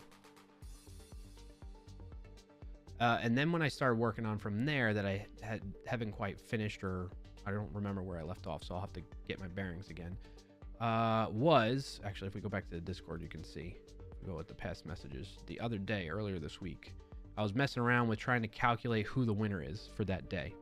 So what I do is when a message comes up, so the other thing that we do with Discord is we listen for on message create. When that happens, we parse the Wordle result like normal, and then store it in the database. Make sure it's not already in the database, so we'll create it. And then after that is when we start going, okay, is that the latest game number? Okay, yes. Then let's go get all the scores for the latest game number. So if anybody else has reported their results in the channel for game number 1221, like Mark Huggins there, Rugmat, and myself, then I can grab all of those games based on that. So scores for the latest game, 1221, was it right? Yeah, all the scores for that, and then determine the winner. And the way we determine the winner is whoever has the lowest number of attempts. So if their attempts is less than the minimum attempts, which we start out as infinity, so whatever the first score is that we capture, they will get added into the winners array, which is up here. Now, I think this logic might be wrong, but let's just make a quick note of that and keep moving on. So I pushed that, and one of the ways that I really was tinkering with, as you can see from my messages in there, was I was tagging them. I was just testing out tagging them, but then I didn't want to give them a headache of a bunch of notifications because I'm trying to keep my server as notificationless as possible for people. But I just at least wanted to test out, this is the way you do it if you need to tag somebody. You need to use their Discord user ID with $$ inside of the brackets like that. So actually not $. This is string template literal, so it's taking that variable and interpolating it into, I love saying that word, into the string in place of, after the @ symbol. So it'll be like 1 2 3 4 5 6 as an example. So it would be like this: user ID is 1 2 3 4 5 6 7, boom. And what that does is it tells Discord to actually tag that user with that ID and alert them or notify them. Yes, exactly, Roy Lacey. Damn off-screen mining? What do you mean by that? It's Discord JS, not Discord TS, you monsters. I'm so proud it's in TS. Yes, it is in TypeScript. Or at least you explained it from earlier. Essentially, let's say you build an app that people can make a post, like tweet. And then once you send the post request, the browser extension spams the same one with all the same parameters many times. Oh, I don't know. I've not used an extension like that before. So I don't know that I can help or answer a question around that. And then what do you mean by off-screen mining? May, why'd you say L? What happened? Did the stream go down or something? Sorry, I'm losing context since I was in that deep on that explanation section there. So then I had it reporting like winners for Wordle number blah, blah, blah, with 2 attempts was Rugmat and Mark Huggins. That was a tie, right? That type of thing. When you said loser earlier. Oh, okay. Thank you for the context on that. My bad. So yeah, that's where I last left off, I would say. It's a meme about doing some off stream. Oh, okay. I got you. Off screen mining. I got you. Okay. Thank you for that added context as well.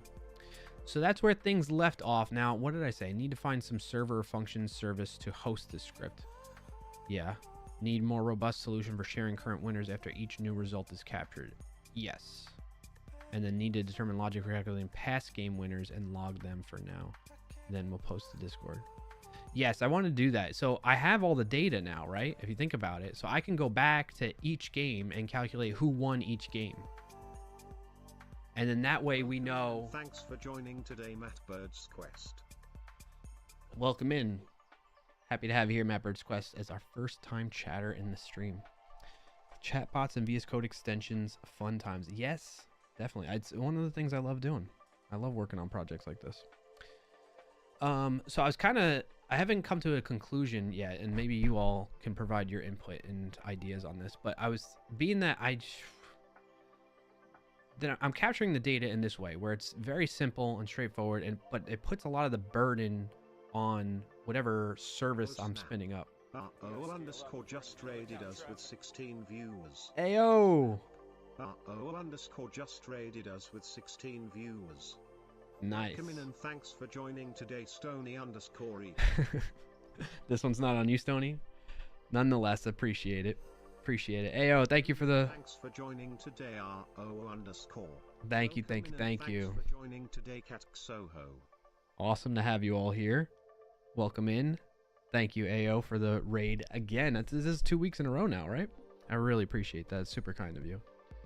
Yeah, we're continuing working on the Wordle Discord bot, which I think many of you from AO stream may pick up. If you stuck around for the raid last week, you know that's what we were working on when you joined up then. What shenanigans are you up to today, sir?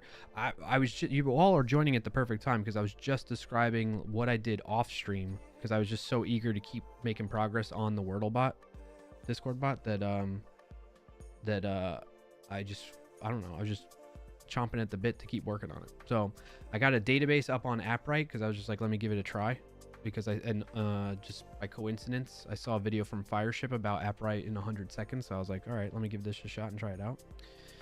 And then I started capturing the past Wordles.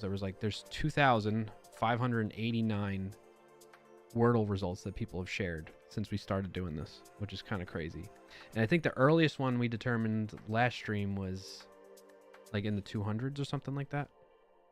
So it's really cool to see.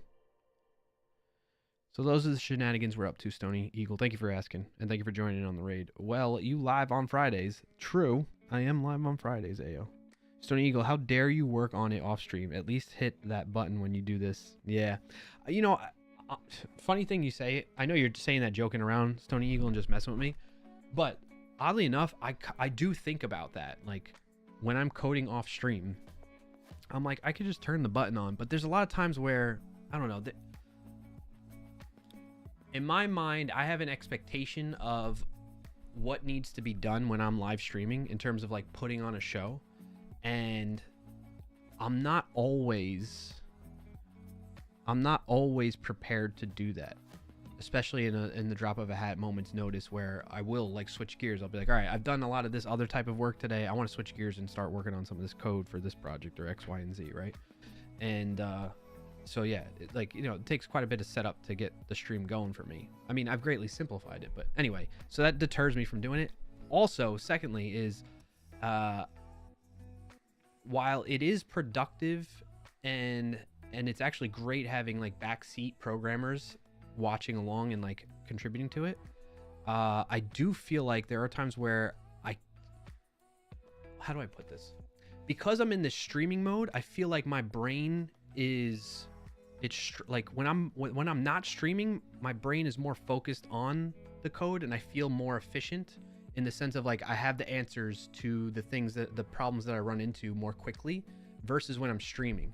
When I'm streaming, that added, not pressure, but kind of pressure, added responsibility of engaging with you all because you're spending time out of your day to tune into the stream. It has my mind in like two different modes. And I actually, if I'm being honest with you all, there are lots of times where I'm live coding in front of you all and I feel a little inept because I'm like, this is something I normally know how to do, but for whatever reason, my brain is like not braining. You know what I'm saying? I think those of you that have streamed before can probably understand what I'm talking about and that feeling. It's just, it just feels different. Like I still can do a lot of stuff. I can still program while I'm live streaming. I've been doing it since 2018. But I feel like I program a little bit better when I'm on my own and I can just focus on programming and not anything else. You know what I'm saying? Performance anxiety, I think that's a little bit part of it. That definitely was part of it earlier on in my streaming career, if you will. It's not so much an anxiety now. Like I don't get anxiety about it. I get anxiety about when I get stuck on something and I look like an idiot. Like not look like an idiot. I look like I don't know how to program. Even though I know how to program, I've been doing it for over a decade. But you know what I mean? It's kind of like I think a good example that maybe can help convey the message and convey the feeling is imagine you were, even if it wasn't programming, but like an example I can go back on, it's like imagine you were programming something on your own and then you call a coworker over or they just come over on their own and you're really excited to show them, but then you fumble and you mess up and it just doesn't work for some reason or another or whatever, and then you try to fix it. And if you were on your own, you probably would have fixed it like really quick, but because there's somebody kind of like hovering over you, you just, I think, you know what, performance anxiety is probably part of it. I don't know why I'm trying to stray away from that because I feel like anxiety means something else. Like I feel anxious, you know, like and not like worried about doing it, but it's not so much anxious in the sense of going to do it. It's anxious of like not having the answers right away when I'm on stream to prove that I know what I'm talking about. But at the same time, like I don't need to prove that. I know what I'm talking about, but I just fumble at times on stream. I think that's the word. Yeah, I think you're right, Matt Bird's Quest. Let me catch up on some of the chat messages though, since I just went on a little tangent there. Do you guts both stream on American Friday? Yes. It's Saturday morning for you, Bird's Quest or Matt. Like always. But then he'd have to be on and wear clothes. Exactly, Triple B. I'd have to wear clothes. Wait, hold on. You're telling me most people that work remote don't code in the nude? Ayo says yes, exactly. I hate coding on stream for that reason. Yeah. I mean, I don't hate coding on stream. I don't feel as efficient as when I'm not on stream. But at the same time, there is the benefit of like when I'm coding on stream, a lot of times there are people be backseat coding with me. So it's like mob programming, pair programming. You feel it? I feel you, says Stony. That's good to hear. So distracting. Sometimes I need to turn off the music and TV when I need to critically think or focus. Yeah, I can see that. I can definitely feel that. I mean, modded. Oh, come on. That word is not allowed. What word? Oh, performance anxiety. Oh, yeah, that could have a little innuendo to it, huh? Is that what we're getting at here? Performance anxiety. I'm really new to it, but I get where you're coming from. Okay, Matt. AO says, yep. Sometimes you just need to be productive rather than chatting. Yeah. For me, people talking is distracting. Yeah. I think anxiety is around your own voice. Oh. I think anxiety is around the idea. I think you feel embarrassment when you aren't getting it. Yes. Yep. Maybe not just words. No, I think you're hitting it right on, Matt. That's you every day, Roy Lisi? Okay. I think that's the word. It's like hearing the echo of your own voice to disrupt your own thoughts. Yeah. And that's the other thing. When I'm streaming, I feel like I have to keep talking. And I just have the habit of talking all the time. So that I don't have this, just awkward silence. Especially because, I'm not consciously thinking of this, but I'm constantly thinking about I need to keep that talking because there could be somebody that tunes in for the first time, and if it's just dead silence, they're gonna be like, "What's going on? Why do I want to stay here?" Right? Whereas if I keep talking, it keeps the flow going and keeps everybody's brains moving. So it's kind of what you need to do when you're streaming. I mean, you can have silent moments when you're streaming. I definitely have those too. But I'm just saying, that's on my mind. Stony says, I know the feeling. People think I'm a good programmer because they see me doing things fast, but they don't see when I do struggle a lot. Yeah. Matt says, no one can see your undies when they're aimed at your face. Right, that's true too. I mean, I hate coding in general. I'd rather design. Oh, okay, AO. Well, that's cool. Fair enough. So it says the no clothes coding, but I use the normal word for it. Okay, I got you. Tony says, I'm trying to learn both code and design. I want to do both. There you go. Hey, Tony, check out AO's stream. Shout out. Let's do, I'll make it easier so you can get their link right in the Twitch chat. So go check out. I thought I did this already. It's telling me I haven't followed you yet. I'm sorry about that.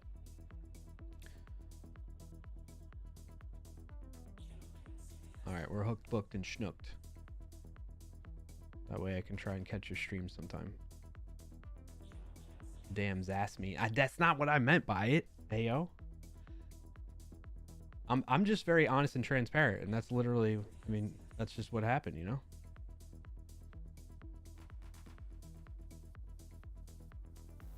All right, we're all square. We're all square. Oh, I like your setup too. The way you have your camera like full vertical. Well, I would expect nothing less from somebody that focuses on design. I like the way you got your stream set up, like the overlays and everything like that. That's cool. Very cool, very cool. Thank you again for the raid. Appreciate you. What just went off?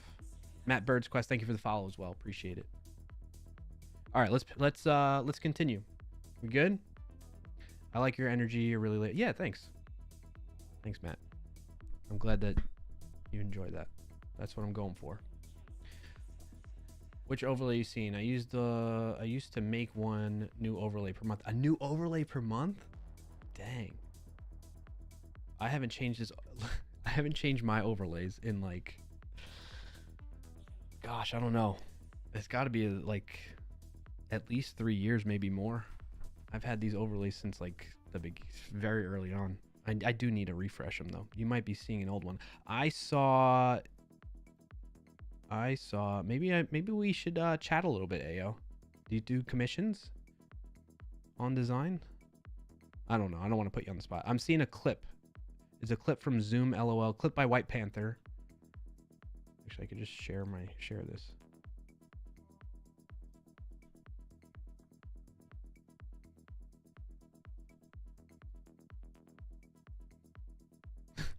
I guess your camera zoomed in or something like that. But I was saying I like the layout like that. I like when folks have the like big vertical camera versus the typical like what I got in my YouTube videos, the horizontal camera, that type of thing.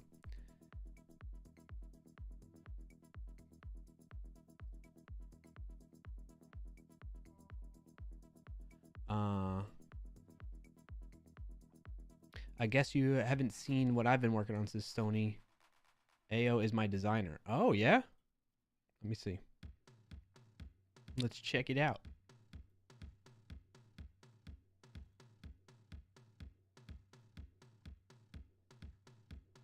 No Mercy TV, the effortless encoder. Ooh.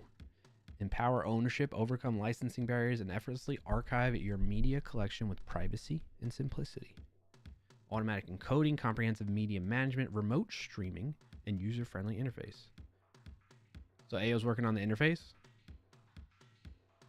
Ooh. No Mercy. How'd you come up with that name? I like it.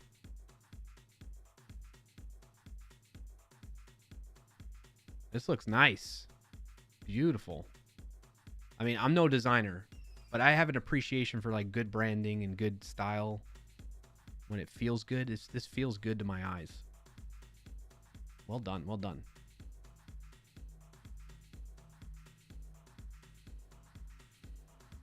The name stuck. No Mercy Gaming was my COD clan. Oh, okay, okay. Oh, I just saw it in the clip too. Oh, that's what's going on there. Yeah, look at that. No Mercy right there.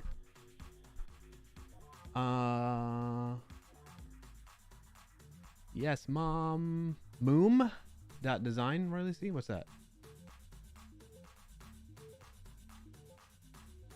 AO says, I just help live. Oh, that's me. That's an old one. Yeah. Okay. I mean, old. 4 months ago. Okay. Dang. 4 months ago is old. I'm not kidding. This, I like, there's back when the developer community was like thriving on Instagram, there was, a young designer in the making that I commissioned to make like my logo and the overlay stuff and my panels like on the Twitch profile page, and I haven't changed them since. So there's that. It has a zoom as redeem, I think. Oh, okay, yeah, that might be it. Yes, indeed, says AO. Exactly. Or at least it says, has the icon pack been out, by the way? Oh, that's what you're talking about, the Moom design one. Okay. You remember those posters, good stuff. Okay, cool. I'm all caught up, I think. My UI kit with a lot of icons is there. I use the icons for AA in there. Okay, cool. Good stuff, good stuff. So yeah, I don't know. I do want to give my overlays a refresh sometime. So if you're looking to pick up some more work or something like that, AO, I'm down. I'm in no rush or anything like that, so you know, up to you. That'd be cool. This is cool. This is fun stuff. Thank you all for sharing this. All right, on that note though, let's get back to business because I'm running out of time a little bit too. Oh, see, look at that. I gotta restart my code space. Been unemployed for 16 months, so I have a bit of time. Okay, fair enough. Also does music? Nice. Very cool. AO, do you have like a Discord or something? We can reach out that way. Let me look at your links on the channel.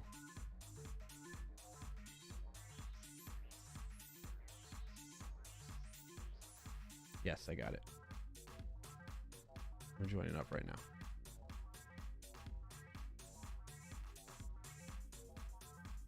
All right. We got added. I'm in. So I'll reach out to you through there, okay? Or you should be able to connect with me. Either way, it's fine. Perfect. Tony says, I've been unemployed since I graduated college last year. It's painful out here. I'm sorry to hear that. It definitely is rough out there in a lot of ways. And also, I want to make it known that like if you need help, guidance, things like that, I'm here. Just reach out to me via Discord. I also have, although I'm not always finding things to post about in there, but we do have in my Discord a job openings channel that some folks in the community will periodically add things to. Like the most recent one we had was back in March, unfortunately. That's how long ago it was, from Macaboy hiring a remote job. So I doubt that one probably is filled by now, but we tend to do that as well. But if I do come across ones that I think would fit well for our community here, remote developers, designers, anything around app, excuse me, a little indigestion, anything around app development, then I try to do that. King Lacey on the YouTube said new stretches. Yes, new stretches. All right, back to the Wordle bot. So I got everything captured, although I don't have the latest ones captured because I haven't had the bot running. So what I was thinking in terms of this question, right, needs to find some server that's going to host and run the chat bot for me, right? And what I what I was thinking is I'm trying to go the cheapo route. Cheapo and low maintenance route is kind of in my mind. Not that I need to go cheapo, like, you know, I can certainly afford to like pay for a monthly server or something like that if I needed to, but I feel like that's just overkill for a number of reasons because of the maintenance that could be involved with doing that too. So what I was thinking is, what if, I don't know how many of you've heard of like of what's called no code solutions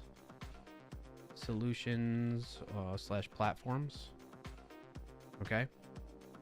There's a bunch out there. Like you probably heard some of these other ones like if this then that, or oh, here, look at that, the AI is filling it in for me. There's Integromat, there's automate.io, I think there's make.com is another one, but there's one, wow, there's so many. Webflow. What else you got for me, Copilot? Tell me more.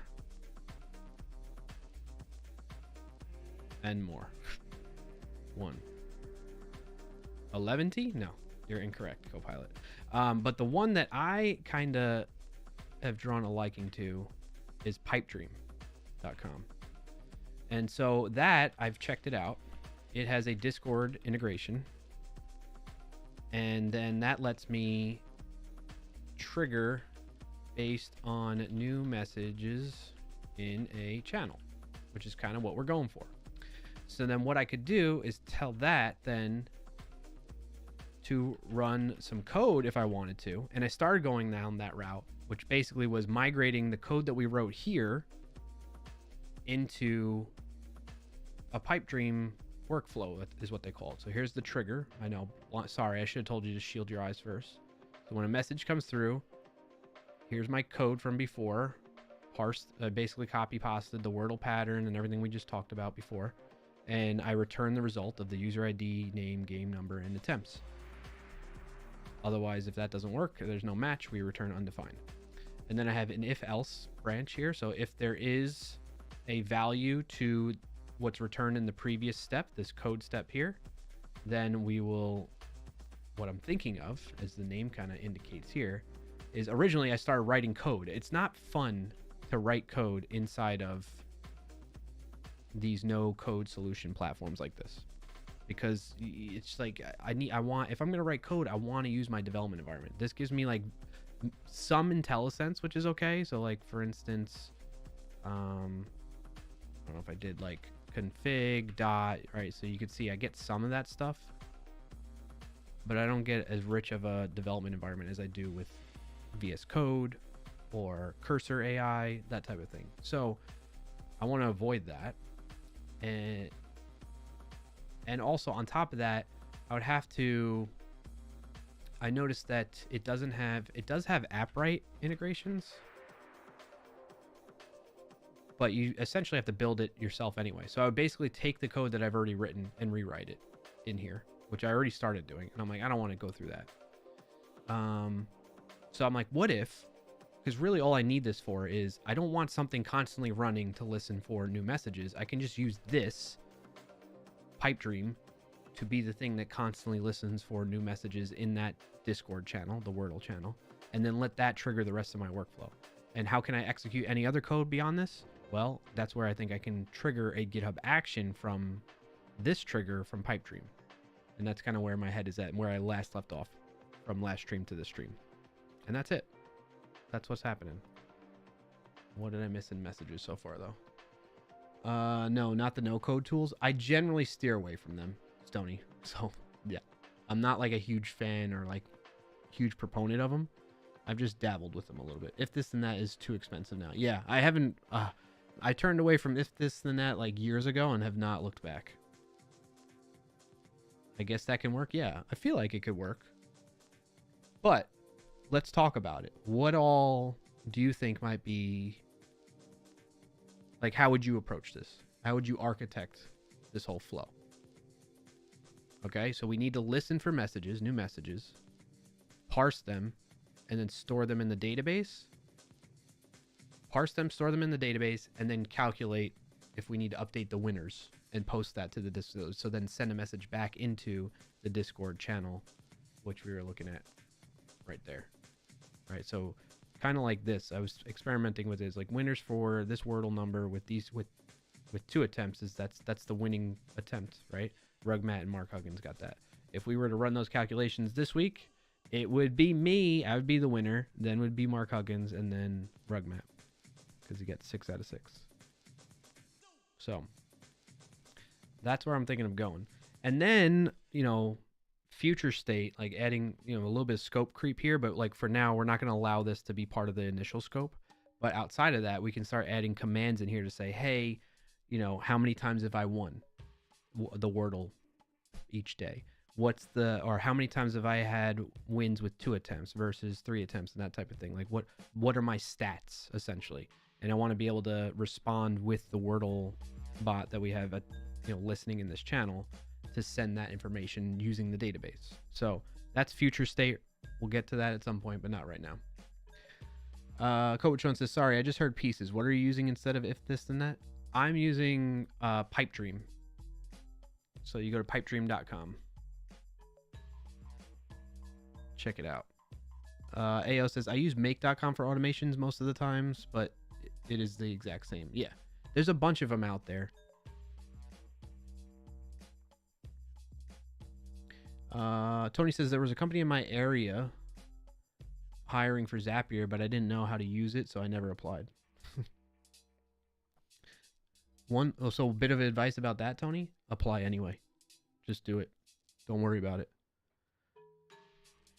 Make them tell you no. Don't tell no yourself. Don't give yourself a no. Let them give you a no. And don't be afraid. And it'll help in a lot of ways. One, it'll help you know, like, okay, your skill set didn't fit that job description, so where could it maybe work, right? 2, it'll help you with rejection. And I feel like I had a third actually, but now I'm blanking. But it's beneficial. It's hard to do. It's hard to apply, and then even when you feel like you don't meet the requirements, but still apply. You never know. Especially in this current atmosphere, like apply like crazy. The other thing, I know no one's really asking, but folks were talking about having a troubling time getting jobs in this atmosphere. One of the biggest things right now that you can do to like help you get a leg up and stand out is making more connections with people in the industry. And you know, whatever way you feel comfortable doing that, go about doing that. But to give you some ideas, like go to local meetups if you have some in your area, connect in different Discord communities online, virtually, things that are like, you know, that doesn't cost money. Because the other thing I was going to say is go to a conference, but if you're out of a job, you're likely not looking to spend money to go to a conference right now, which is totally understandable. So that's not good advice on my part if I were to say that. So I'm speaking out loud, transparently, conscious of the mind, stream of consciousness here. But if you have the means, or you have like some funds to hold you over, and you know, and you can do it, head to a conference, even if it's one like local, so that way you can cut down on travel costs and that type of thing. Conferences are huge for that. You make a lot of connections that way. Meetups, code camps, and online communities like Discord, I don't know, Reddit maybe, that type of thing. And then if you want to get like super serious, like if you know exactly, like if you find the perfect job for you that you're like really hyped about, look up on LinkedIn like who works there, and don't go like right off the bat coming in hot, reaching out to them saying, hey, can I get a job? Get to know them. Get to know them. It's going to take longer this way, but it's going to be a more genuine, and it's going to be a higher probability that you have success if you take your time, you get to know the people that work at the company that you want to work for, and you build connections that way. But again, that's easier said than done, right? Because that's thinking more long term, in the sense of I don't know what your career striving for and goals, that type of thing. If you need a job immediately, then you know that's not necessarily going to be the fastest way to go about it, right? So yeah. Anyway, I digress. What I miss?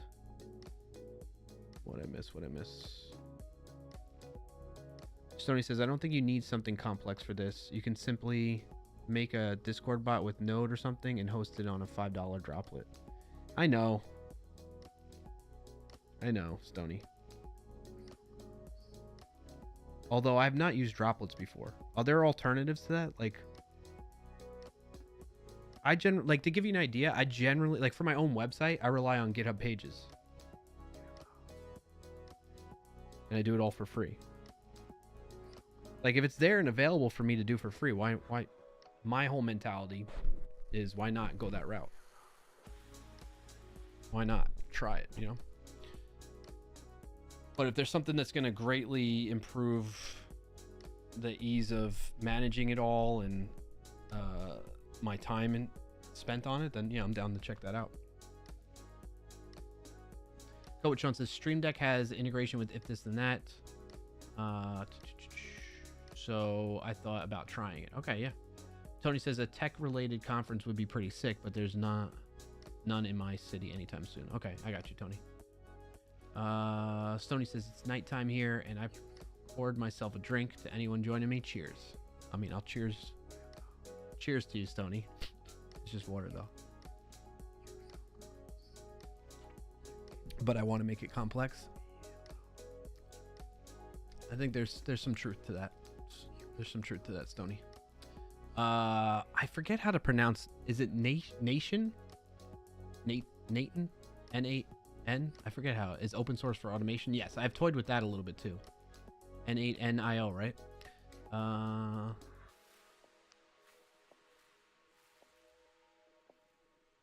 Or at least it says bothosting.net is a free coin thingy. One that requires you to get coins through CAPTCHA, but only has login through Discord, which is weird. Yeah, it doesn't sound... That sounds a little odd, Roy Lacey. No offense to you or anything like that, but I don't know that I would go... I'm not going to check that out. Frackbrick says, we also love to overcomplicate things around here if we can. I never know either how to pronounce it. The Nation? N8ON? Yeah, it's kind of confusing. So I don't think what I'm suggesting in terms of a solution is too... yes, it's a bit complicated. I will admit that. I will not deny that. I'm overcomplicating things a little bit by going through a couple different services here. All because I don't want to manage hosting or figuring out hosting for a node server. Or pay. So I'm being a little bit of a cheapskate. I have enough subscriptions to things, you know what I mean? You know what I'm saying? So what I was thinking is, like I said, all I need to do, basically what I want to try and accomplish right now is, can I get this to trigger a GitHub action on a repository? So what I need to do is I need to be signed into my GitHub, which let me double check on that. I am signed in, and I need, do we have I don't think I have a repository for this, right? Oh, I do, because I have a Discord Wordle bot, so I do. Okay, so I can create a GitHub action. Actually, let's do it right here. Let's go to Copilot. Say, okay, so what I want to do now is move this script to get executed via a GitHub action that I can either manually trigger or something else could remotely trigger it to run. Like when... it's fine.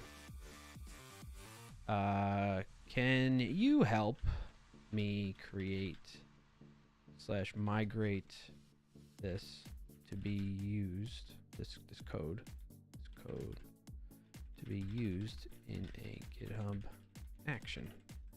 Let's see what Copilot has to say about that.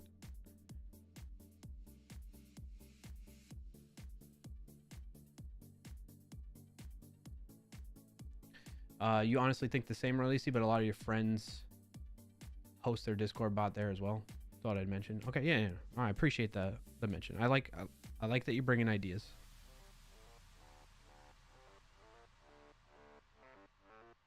Sony says, I don't think you can use GitHub Actions for this. I guess you can trick it to make it run forever after a timeout, but that may be against TOS. I'm not going to make it run. Let me clarify a bit, Stoney, because I think there might be a misunderstanding. It's not going to run forever. It's only only going to run or be triggered whenever a new message comes into. The thing that's running forever is going to be Pipedream. Pipedream is the thing that's going to be listening for events to happen in Discord. GitHub Actions is just going to be called whenever this thing tells it to. So imagine here's the message. We find that there is indeed a Wordle that's part of the message. Okay, and then we're going to send the results of us parsing the Wordle out of the message to a GitHub action. That's the idea.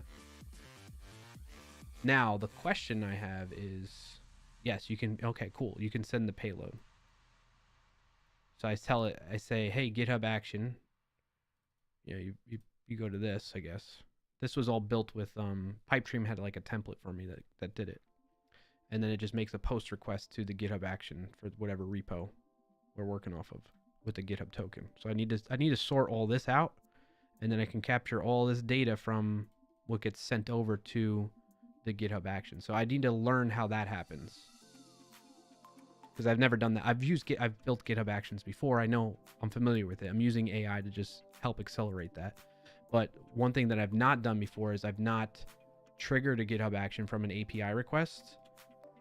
And I have not tried to parse out like what this payload that's being shared here, right? Or the data rather, in a GitHub action that's triggered this way. So that's what's up. That's what's going on. Let me move this out of the way.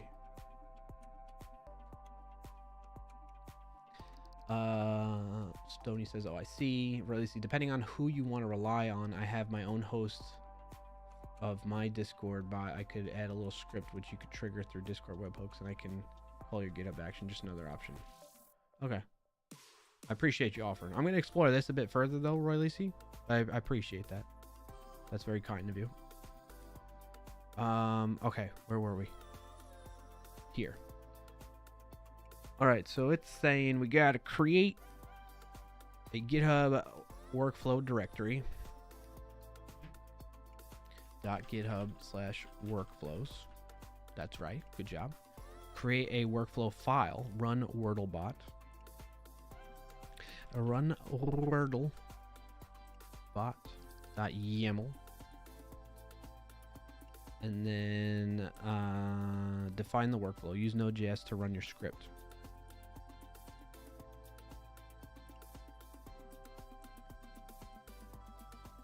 By the way, unshare your script reads the environment variables for the bot token, target channel ID, and Mongo. Yeah. Yeah, we're all good there. Well, that's fine. I don't know why I was mentioning that script. Ooh, okay. Run WordleBot. Let's inject that in there. Let's look what it's doing. Runs daily at midnight. Optional if not needed. Yeah, we want to get rid of that. We don't need that. Allows manual triggering of the workflow. Okay, cool. We're running on Ubuntu environment. We check out the repository. We set up Node version 16. Heck no, version 20. Install dependencies and then run node index.js. Ooh, no. Okay, we got secrets. I'm gonna have to store all that in GitHub.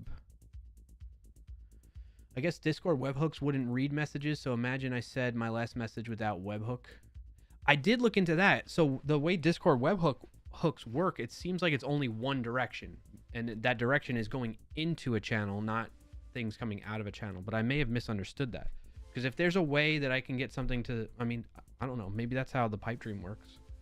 But Pipedream, they're able to set something up behind the scenes that's constantly listening for new messages in the Discord channel. So I'm like, why not? Why not leverage that? And they get it for free. Where was my request? This seems like way beyond. Okay, looks like, oh, I did that already. Where's my last? Here we go. This is it. Okay. So we did that. We got the workflow. What I do want to do is we probably won't want to run just Node. We want Bun, since that's what I've been using. since it's in TypeScript and I don't want to run a compile step. Bun will just compile it for us. Stony says a webhook is just a post endpoint on your end, and the application sends data to it that you then can use. Yeah, yep, I'm with you on that. Let's ask Copilot if there's a way. Can you share an updated run Wordle bot workflow that uses Bun.js instead of Node.js? I imagine there's probably actions set up Bun or something like that out there, but Bun action. Oh, from Oven. Yep. Let's do that.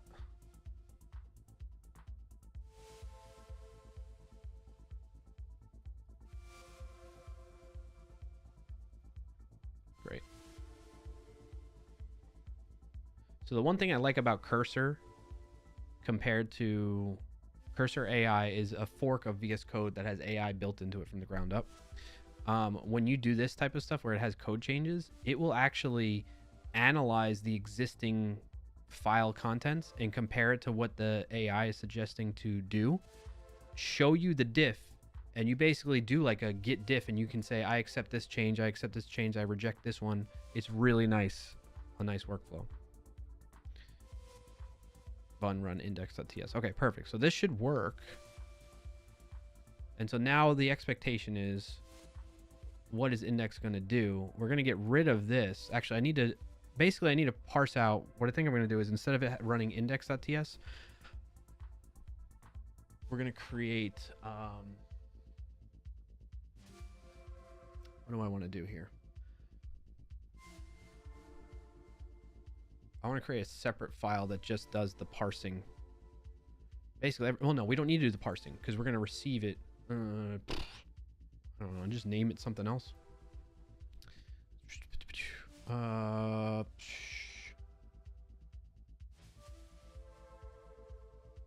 Process Wordle result.ts. This is what we're going to actually call process Wordle results.ts. So we're going to call that instead, because we don't need all this. We're not going to be even using, well, we probably will still use Discord, the Discord.js to send a message. So we will still possibly need to do all this client setup stuff. Yeah, okay. Latest node supports type stripping with experimental strip types. Ah, okay. Good to know, good to know. We're gonna need, all right, what am I gonna need? We're gonna need DB. We're gonna need all these imports again. Let's, I'm gonna move this off screen. Did you know you can do this now? Wait, what?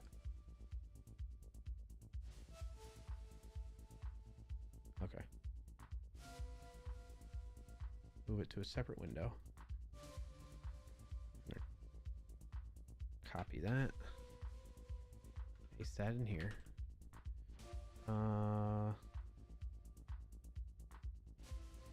We do need this. Const target channel ID.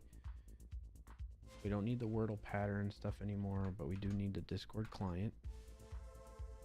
We will need this interface. I should probably just abstract this out into a separate file that does all this stuff. We will need to connect to the database. So here we're saying, hey, database, list all the existing data, put it there. And then for each document in there, we're going to map it to the user score type and put it in this result so we can see and, you know, filter on that, whatever we need to do with it. That's when it's on connecting, on message, right? So then here's all the on message stuff. We're going to say function process Wordle. I don't know what we're going to take into that, or how we can get the So we do need to do a client once where it connects, right? Once we connect to Discord. Let's copy that first. Tell it. No. Where's that happening? Client login. We don't need this client once. We just need client login. Get connected to Discord.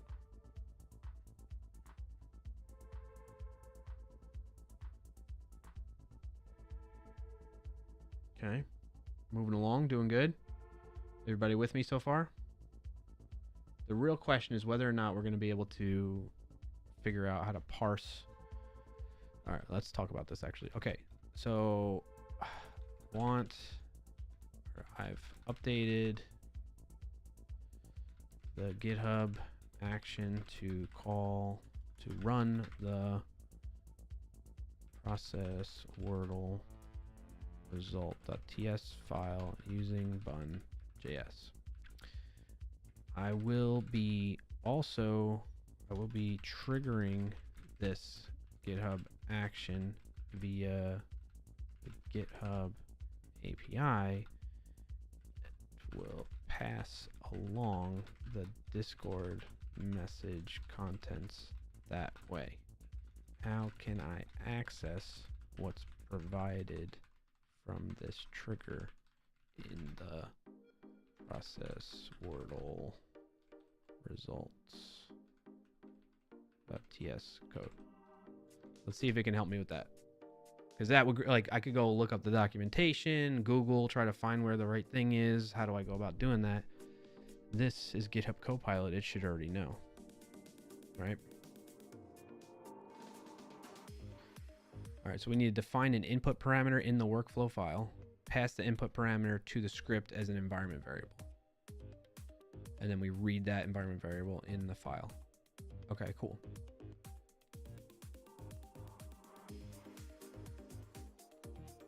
Discord message, GitHub event inputs. Okay, cool. That's pretty cool. I didn't know you could do that. See, that's where it would have taken me at least 15 minutes to go and find that GitHub API triggering a GitHub action has this particular environment variable or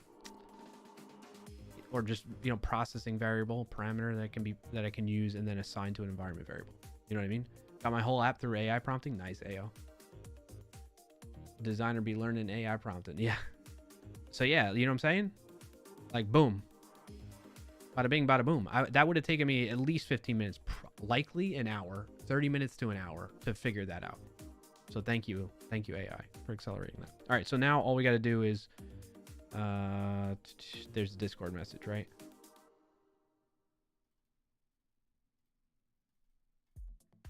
So what I can do is, where was that function I was going to write? Function process latest Wordle result, and in that we're gonna that'll take in Discord message. Let's say parsed Wordle. That's what it's gonna be. How am I passing it from Pipedream actually? It's data client payload, and then it's an object. So why would I want embeds? I don't care about embeds.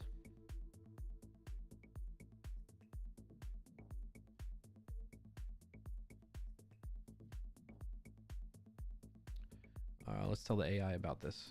I don't have two instances of this open. Oh, right, there's that window.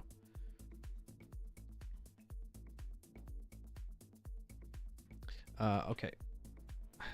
I double checked how I'm making the API request GitHub to trigger the action.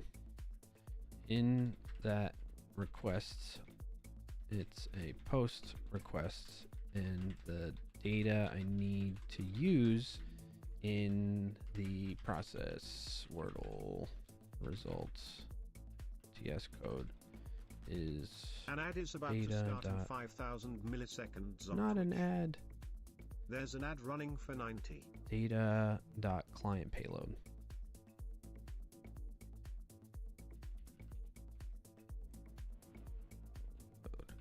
Can I still access this in the GitHub action YAML and assign to an environment variable?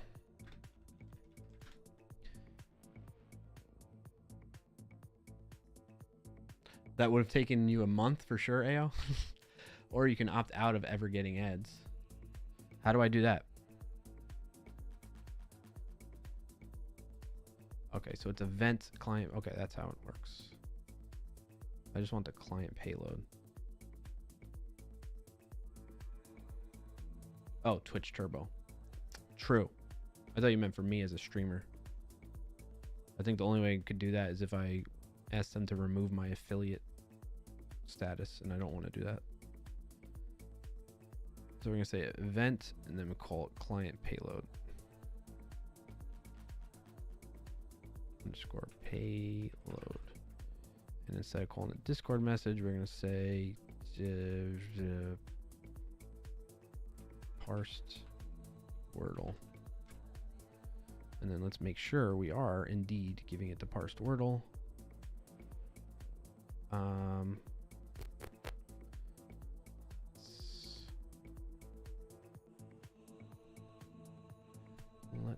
Let's can I comment this out? Won't complain. Okay, cool. We'll say client payload, and then that is going to be steps dot parse Wordle from message dot return value, which is it's the return value from this.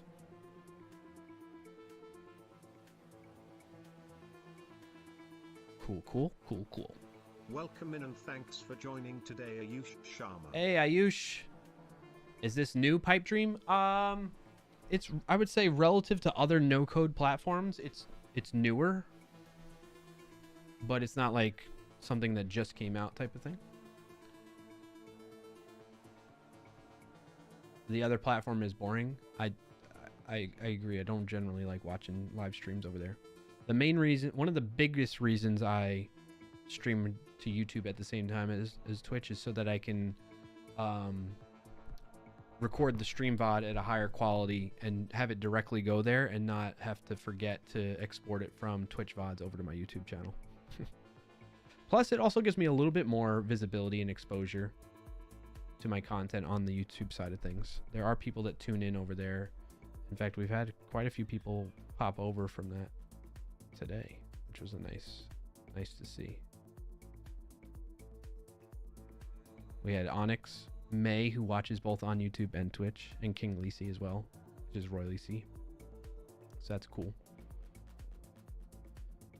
So there's all that.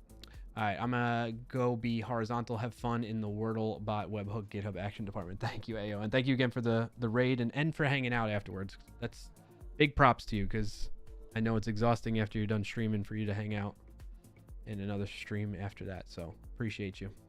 Twitch VOD recording is not good. Yes, Ayush, exactly. All right, almost done here for what I want to try and accomplish today. So we have client payload. That's going to be parsed Wordle. And then in here, we can say, not that, but we'll pass that in. We'll call it parsed Wordle. We'll just say any for now, just to make it happy.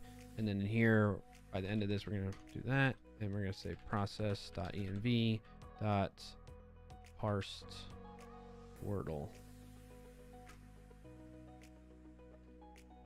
Not result. Okay. And then this is where we essentially are gonna take the logic we have here.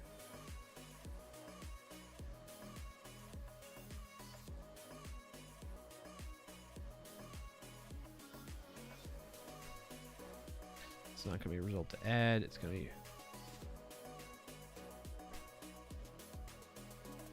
2. I'm going to copy that, or not copy that, highlight it, press Control-Shift-L to select all instances of it, and then paste to change it to the parsed Wordle. This actually should just be user score or undefined. There's a type there. Say as user score. Is that going to be no? String or undefined to type or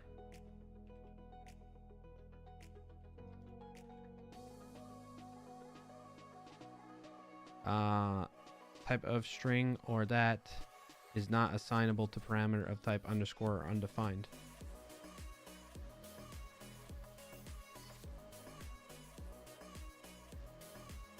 String undefined is as user score. We're getting somewhere, but it's like, okay, cannot cast, right? If this was intentional, convert the expression to unknown first. As unknown as user score. I feel like this is a bad pattern right here. As unknown as that. What's it complaining about?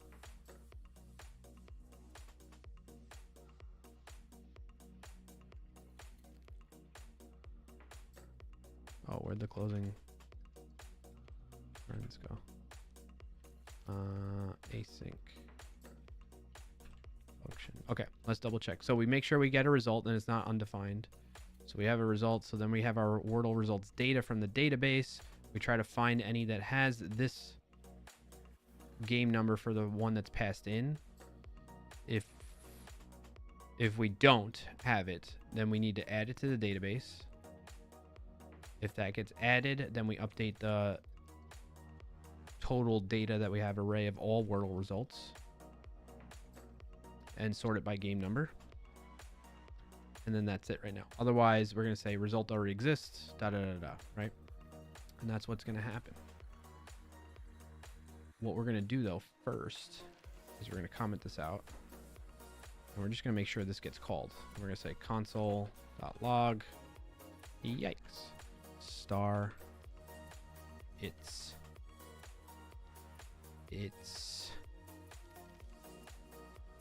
alive.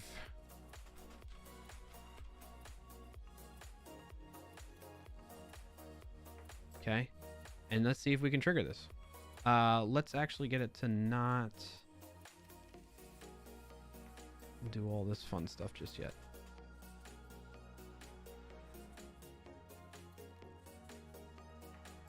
Even though I want all that there, we're not going to do anything with it just yet. I just want to make sure this works. Well, if you want to give it a try, and if I ever make it, I can shoot you a message. What's that in response to? Oh, you're talking about... he quit early. I did. All right, bye. Good night, AA. Would you say you're trying to set up a VPN? What'd I miss?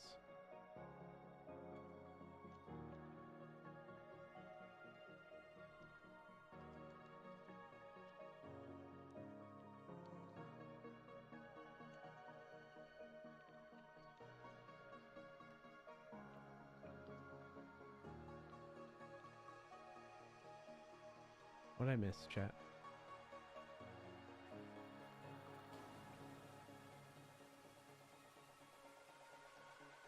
Oh,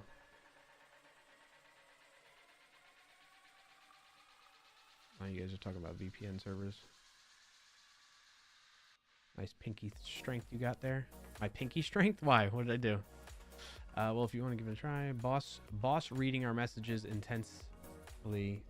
We're in trouble. Run. No, I was missing context on some of the, or trying to draw the connections between some of your messages to see if anything was relevant to me or not. That's all.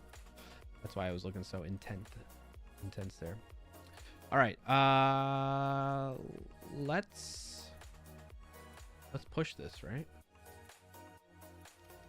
I gotta do it from terminal though. Git add, oops, all caps. Git add dot git commit .m testing out actions for this.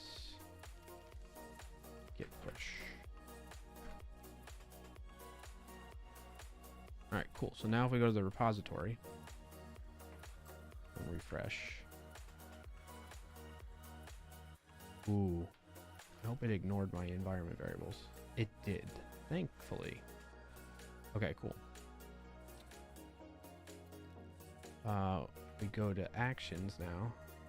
We should be able to just run this manually. Run workflow, run now, and see it just log the message.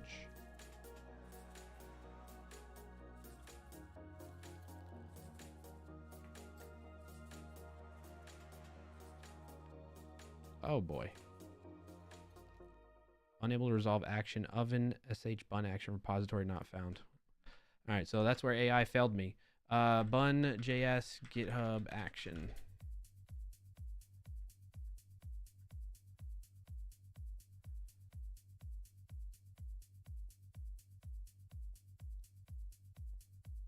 Need oven sh setup on.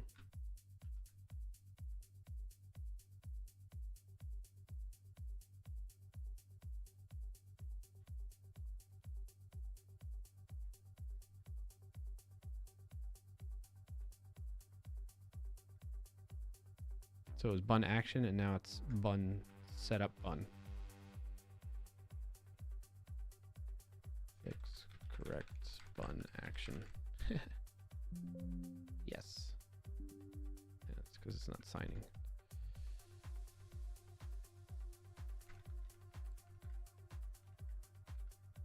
Fix bun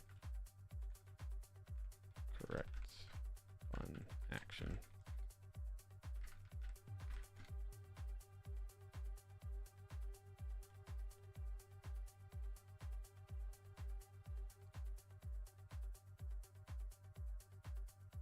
This is why we test it.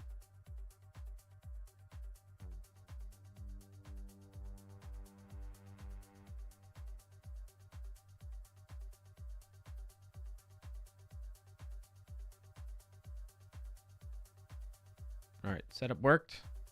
It's alive. Okay, it's all working. Cool. So now the next step is we're gonna sit here and twiddle our thumbs. No, we're gonna see if we can trigger this. Let's make this dark mode. Cool. That way it doesn't hurt our eyes as much. It's a little small.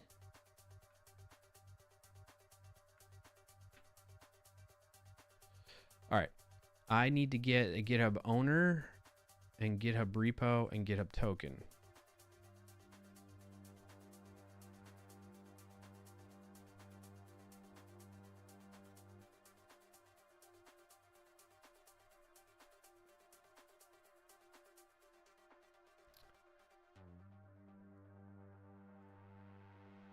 So, for repo, what does it need? Let's talk about this with the AI. Okay, so now I'm constructing the requests to the GitHub API to trigger this action. Can you help with writing that HTTP request?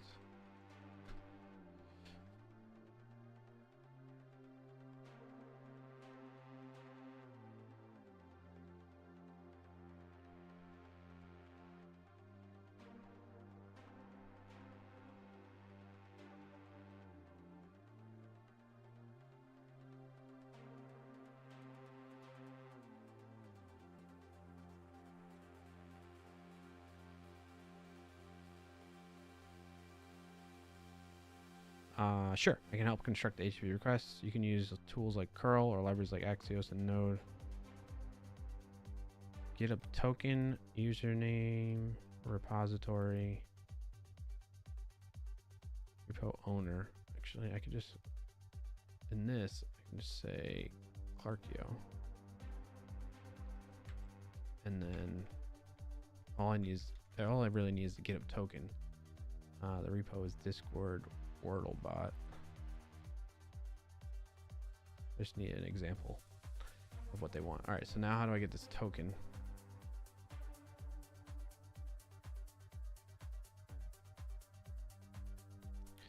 How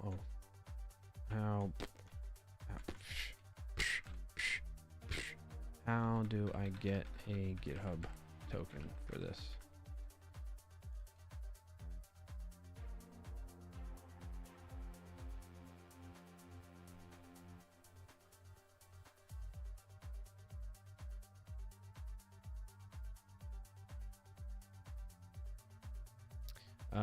New personal access token. Lovely.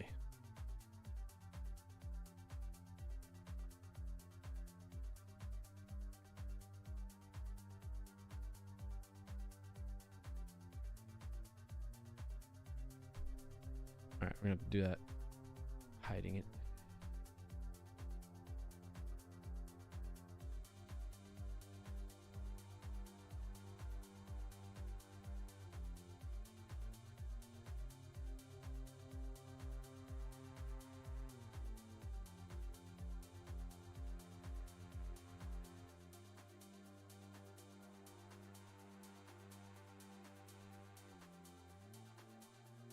All right, generating a new token.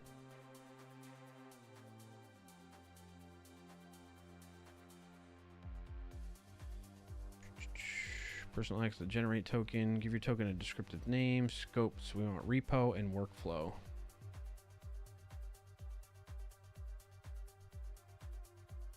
Two-factor authentication.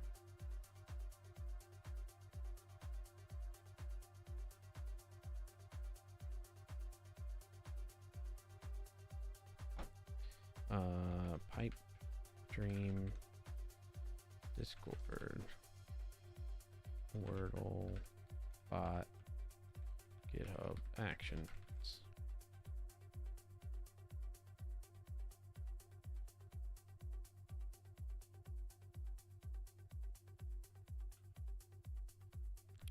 Limiting it to a certain repository permissions, access. Read and write.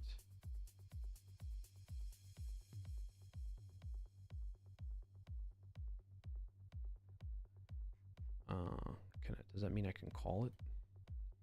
Permissions required for fine repository permissions for actions. Post, repos, actions, runs. What am I doing? I'm doing post, repos, dispatches.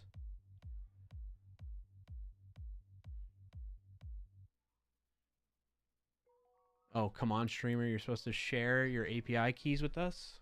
No, only the ones that are already placed in ENV. I can share them with you. I'll show them to you. You ready?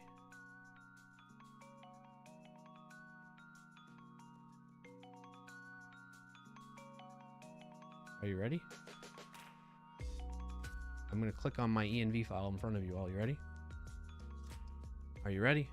It's right here. Here's the ENV file. That has all my passwords and stuff in it for this project. I'm gonna click on it.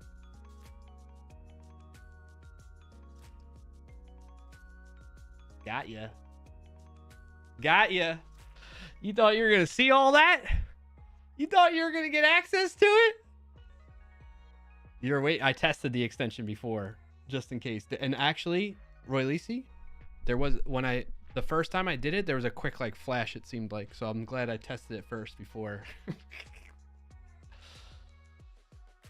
Cool, let me hack you. Give me a minute. All right. I'll wait. All right, but let me get back. Let me get back here. I don't need a MongoDB URI. What am I doing? I do need a bot token for it, though. I'll tell you that much. All right. We're making progress. We're making good progress. Could you press Control A on ENV? Yeah, I could do that. Absolutely. And then you want me to Control V? You want me to select the Twitch chat and then press Control V?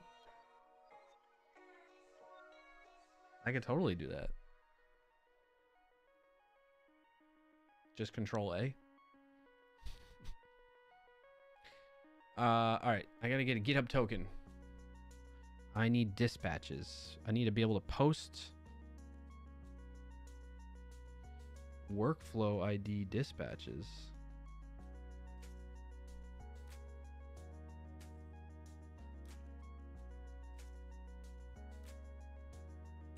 Maybe I'm not. Is repos, user, repo, dispatches. Repos, user, repo. Where's dispatches? Dispatches. There we go. What permissions does that need?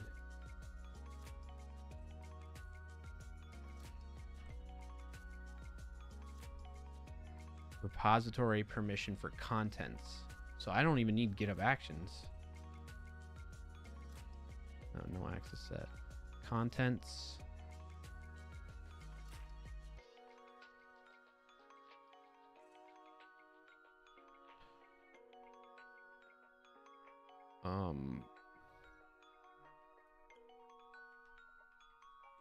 Oh. Update GitHub Action workflow files? No. Manage the post receive hooks for repository. GitHub fine grain token to run GitHub Actions.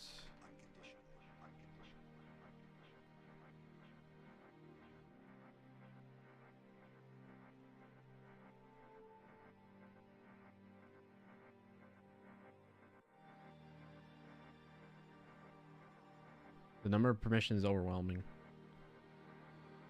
It needs the permission for pushing seems to be contents.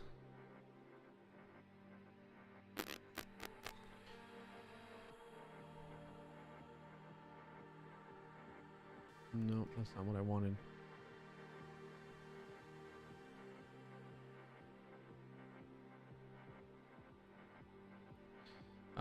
Let's ask Copilot.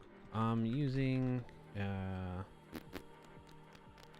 GitHub fine-grained personal access tokens and need to know what permission I need to use for triggering the GitHub action via a post request to this dispatches.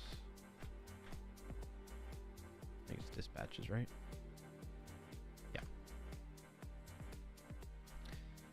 Yeah. You got this. Thank you, Stoney. We need to try harder, or at least your streamer seems bulletproof against detailing. Control A, Control C, then find me in AA's Discord and hit Control V and enter. Okay, cool. On that. I'm on it. I'm on it. Actions read and write and contents read and write. All right, fine. That should be good enough then, if that's what it's saying. Actions, read and write, contents, read and write. Hold on. Be right back, chat.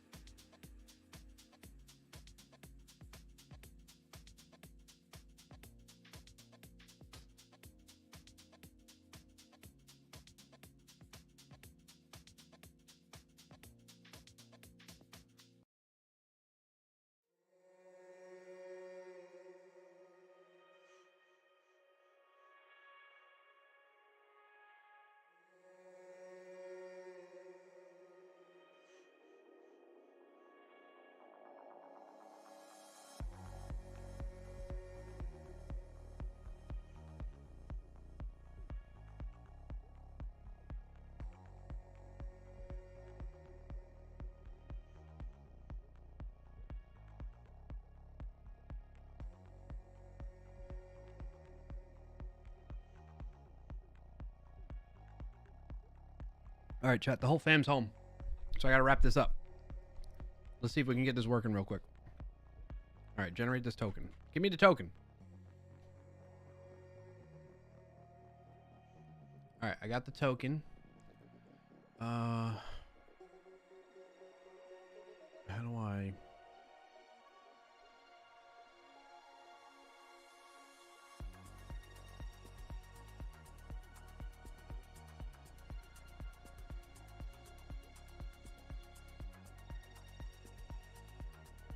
How do you do environment variables in Pipedream? There we go. Workspace and project.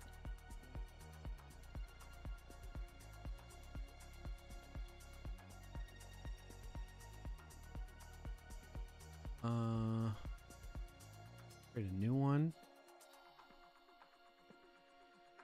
GitHub.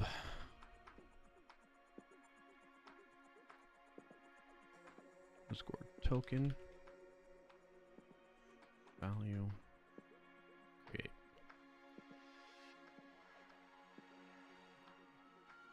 Alright, that should work now.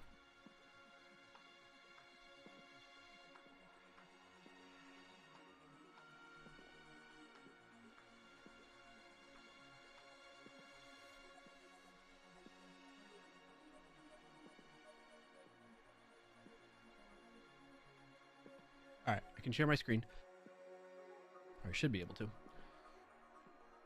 Let's see if this can, we can test triggering.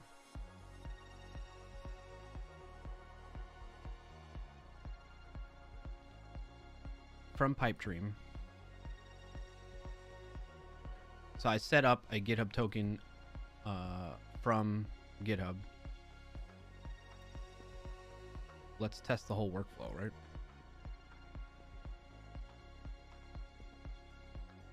Test workflow. See what happens.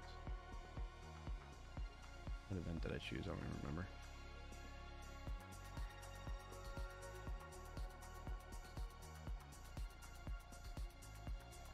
You got a share stream without redeeming it. Did that work? Condition was not met. Probably because the output was...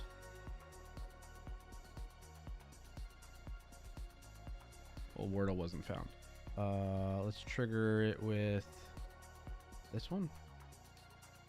Test workflow.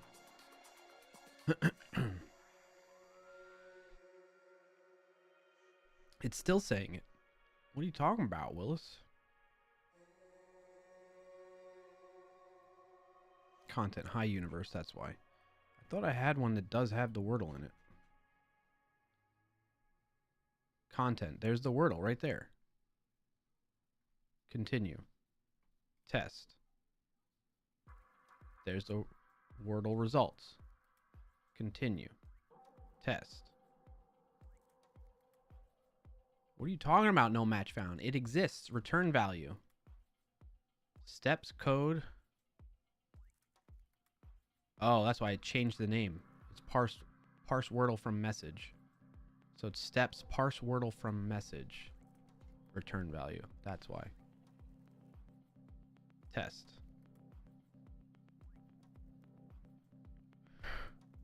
Oh, this code's still in there? Why is that?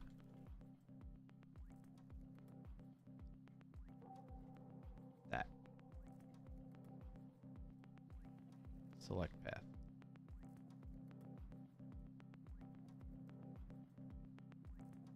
Return value. Test. Yay. Okay. Now did this work?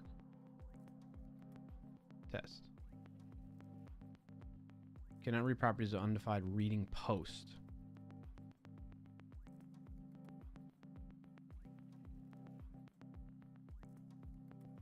That?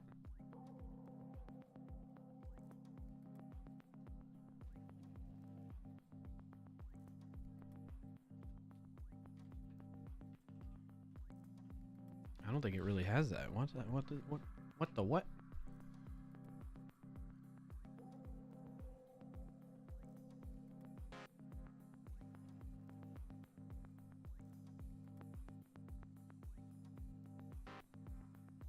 GitHub.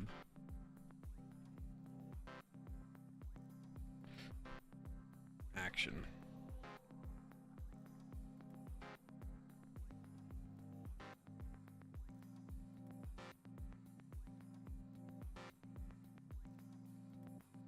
Build any GitHub API requests. No, I don't want to do it that way.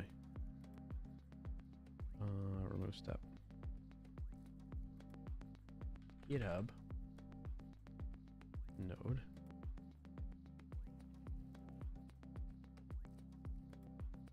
How is that different than this?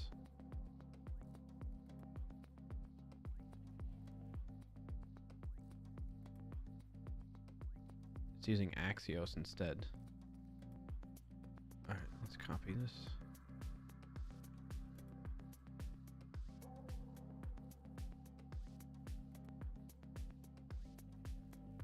And then copy that.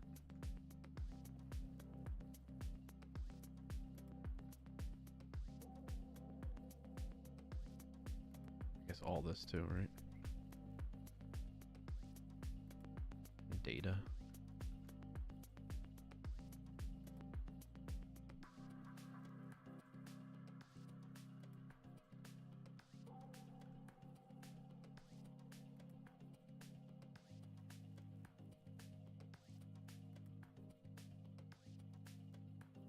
I gotta say, like, how do you say in Axios post?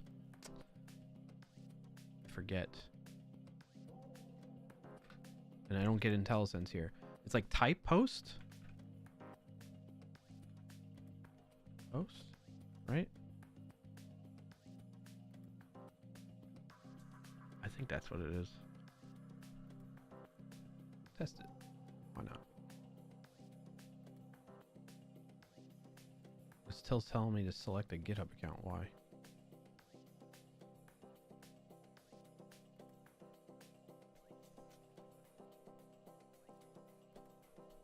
Why? All right, I gotta get going though, chat. It's getting too late. I'll figure it out off stream. A lot of yapping today. It is what it is. All right. I hate it. Really bugs me leaving like that, where I didn't get something like done that I like an objective completed. But it is what it is. I gotta get going. We got lots of family stuff going on tonight. Like I mentioned earlier in the stream when we were doing the wins of the week portion of the stream. If you're not familiar with that, use the command !WOTW in the chat to understand more about that. But going on date night with Mrs. Clarkio tonight. Kids are going to be having some fun with the kids night out type of thing that they're going to. And so yeah, I don't want to delay that. And I need to transition into work stuff really quick too before I get into all that stuff. So it is what it is. We got to end now. See ya night. I hope everyone all right in the family. Yes, thank you, Roy Lacey. Appreciate it. Thank you, everybody, for tuning into the stream. Hope you enjoyed it. If you've been watching this long on Twitch and you haven't done so already, this is just a quick reminder. Drop a follow so you don't miss out on the upcoming streams. And same thing over on YouTube. Like the stream, subscribe to the channel so you don't miss out there if you prefer to watch over there or watch the recordings, that type of thing. If you want to keep in touch with me off stream in between things and see me working on the Discord bot, actually, you can join the Discord. Command is Discord, !Discord, or go to clarkio.com/Discord directly if you'd like. What else? In terms of logistics, I will be here next Friday, which is going to be November 1st. Holy moly, this year has flown by. So November 1st at 12:30 p.m. Eastern Time, right here on the same places where you like to watch the stream, whether it's on Twitch or YouTube. I will be back next Friday, November 1st. Hope you all have a good rest of your Friday and weekend. Hope you have a great Halloween if you celebrate that wherever you are. And yeah, maybe I'll see you around in the Discord or in a future stream. Thanks so much. Appreciate you all. Peace out.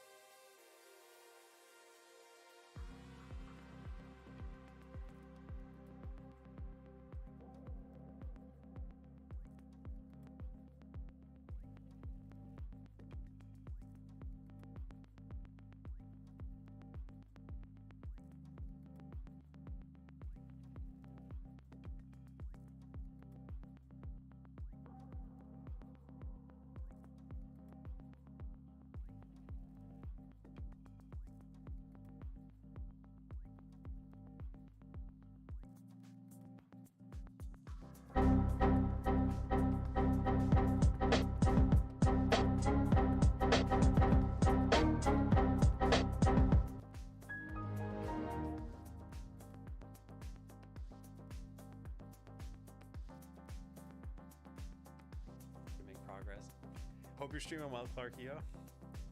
And welcome in, everybody. I've been working on Skeletal Cellar for a while. If you haven't seen it, it is this game where you manage a town.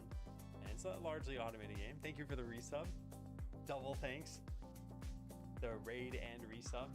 Not many people can ever do that. Because not many people stream. Yeah, so we have been working on, I'll show